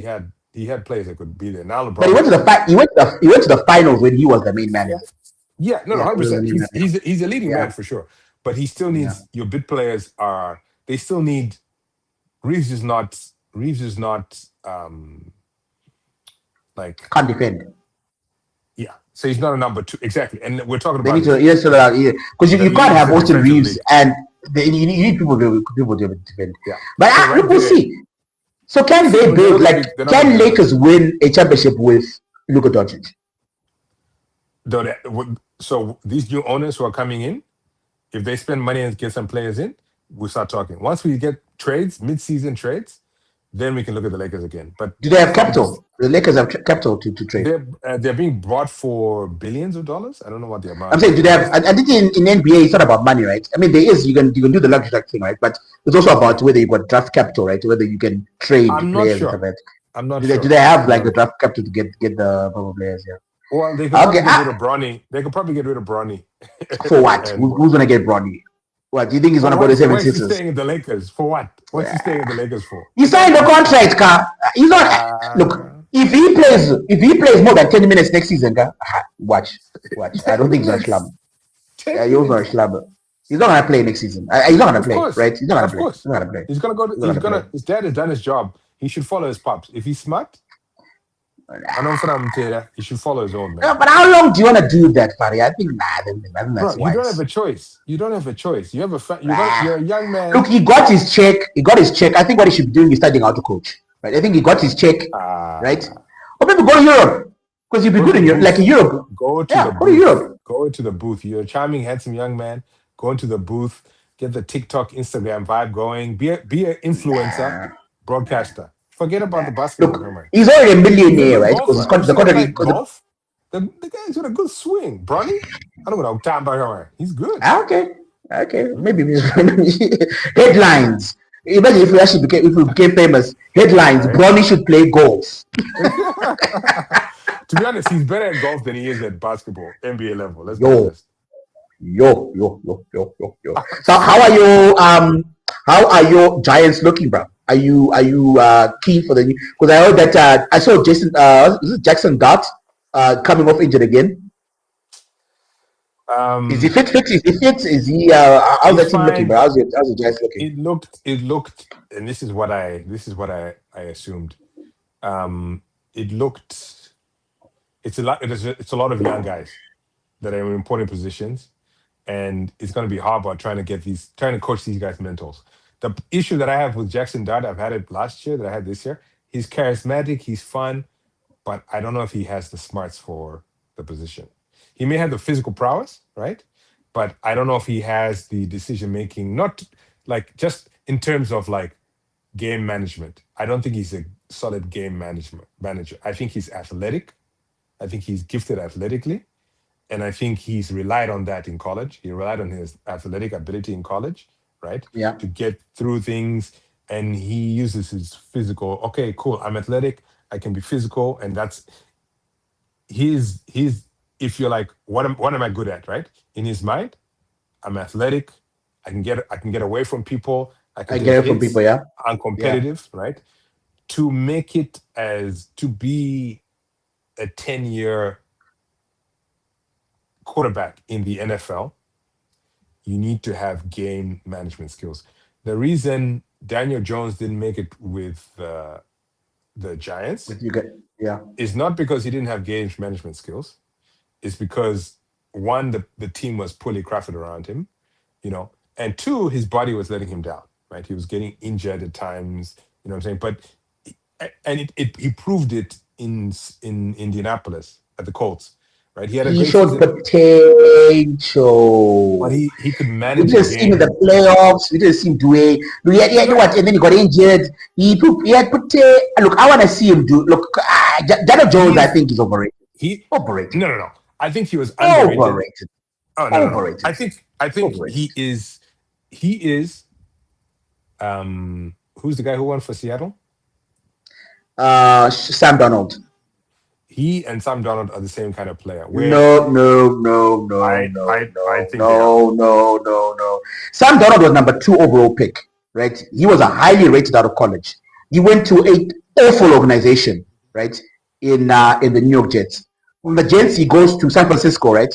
Where he shows he actually played some good coaching. He's developed quite nicely, right? Then from there, he goes to Minnesota, has a great season. He actually had a great season the whole season, right? Yeah. We didn't see him, didn't get injured halfway through, whatever. He actually had a great season. Unfortunately, in the playoffs, right? But he looked like he was on the up and up. And then they made an talk about Luka Doncic, the worst trade I in the know. history of I sports, know. right? That one was really, really bad. I mean, A great really season. bad, right? Oh, it cut off again. You gotta cut up again, right? So yeah, the Sam Donald. I don't think Sam Donald and Danny Dimes are the same. Danny Dimes and Sam Donald, no, they're not the same. They are not the same. They're not the same. They're not the same. Again, technical apologies. I apologize. Technical difficulty there for the audience. Yeah, Faisal seems to cut off again. Right, cut off again. But yeah, so Danny Dimes now. But my Ravens, man, my Ravens. I am so keen on the Ravens. I'm so happy about it. They look good in preseason, man. Hopefully, Jesse Minter can actually take us over the line. We'll see what happens, man. We'll see what happens. Just waiting for Fari to come back. Come back. Internet. First of all, problems. There's no problems. Yeah, so look, yeah, Danny Dimes, I don't think is the same as that. But Danny Dimes was people were shocked when you guys drafted him, first of all, right? They were like, what? Right? And I think for that he's had an okay career, but I don't know. Yes, do it. Here's what I'll say. If he stays healthy this year, I see the Colts going back to the playoffs. And I always like Daniel James, right? Sorry, Daniel Jones. I think he got shacked with the wrong kind of coach for the kind of player he is. We're talking about Carrick, right? And now Carrick is this kind of just gentleman, right? Mm. Right? That's what Daniel Jones. Daniel Jones is a gentleman.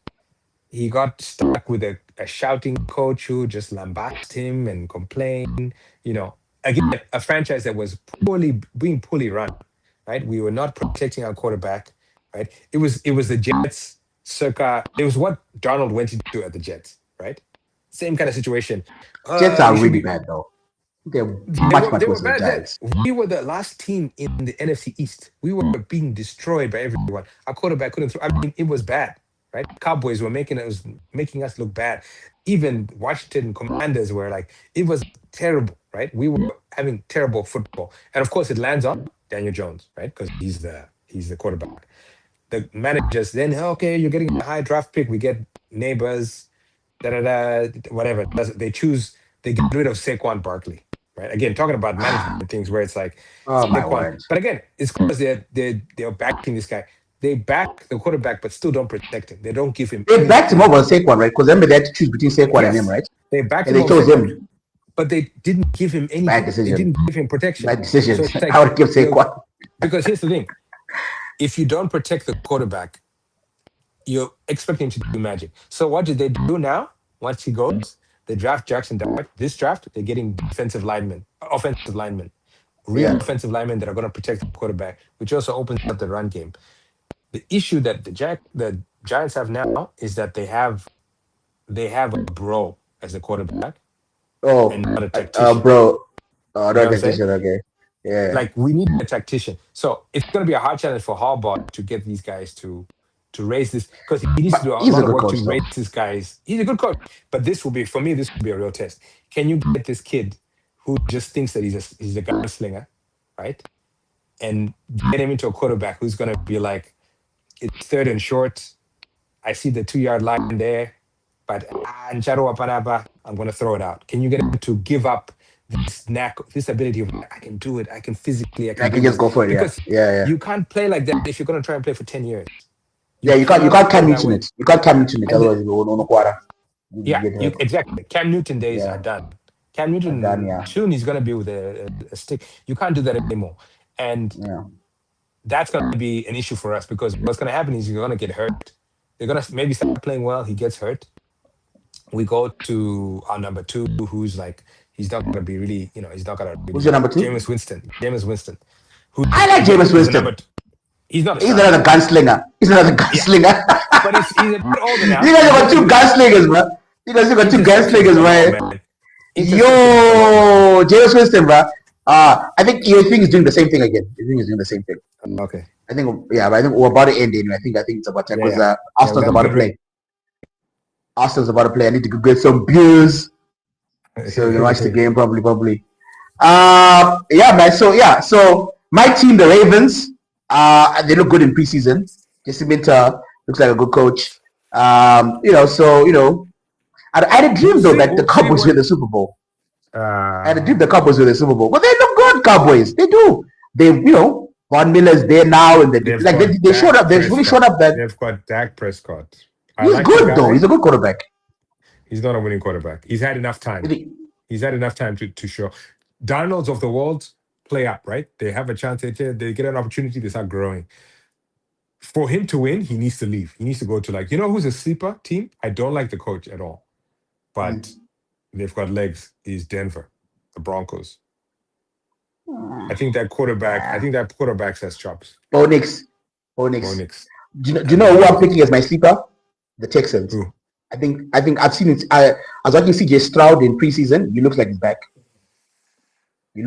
I had them a few seasons And ago. that defense is immense. Defense bro. is always going to be That defense is ridiculous. I don't know if CJ mentally. I think a couple of seasons ago he kind of lost his confidence. So it'd be interesting to see how he starts. I think he's back. He looks good in preseason. So my what I would like to happen is Texans Ravens final Super Bowl. To be honest, the Ravens are going to be. But without Harbaugh, what's your quarterback going to do? I want to see what happens there for sure. We'll see. I love Baltimore, but I've lost hope. I love hope. I love Baltimore. And all my teams, bro. My teams, I don't know, man. All my teams. Man United, Ravens, But I got more faith in the Ravens than I do in Manchester United. And then the Lakers,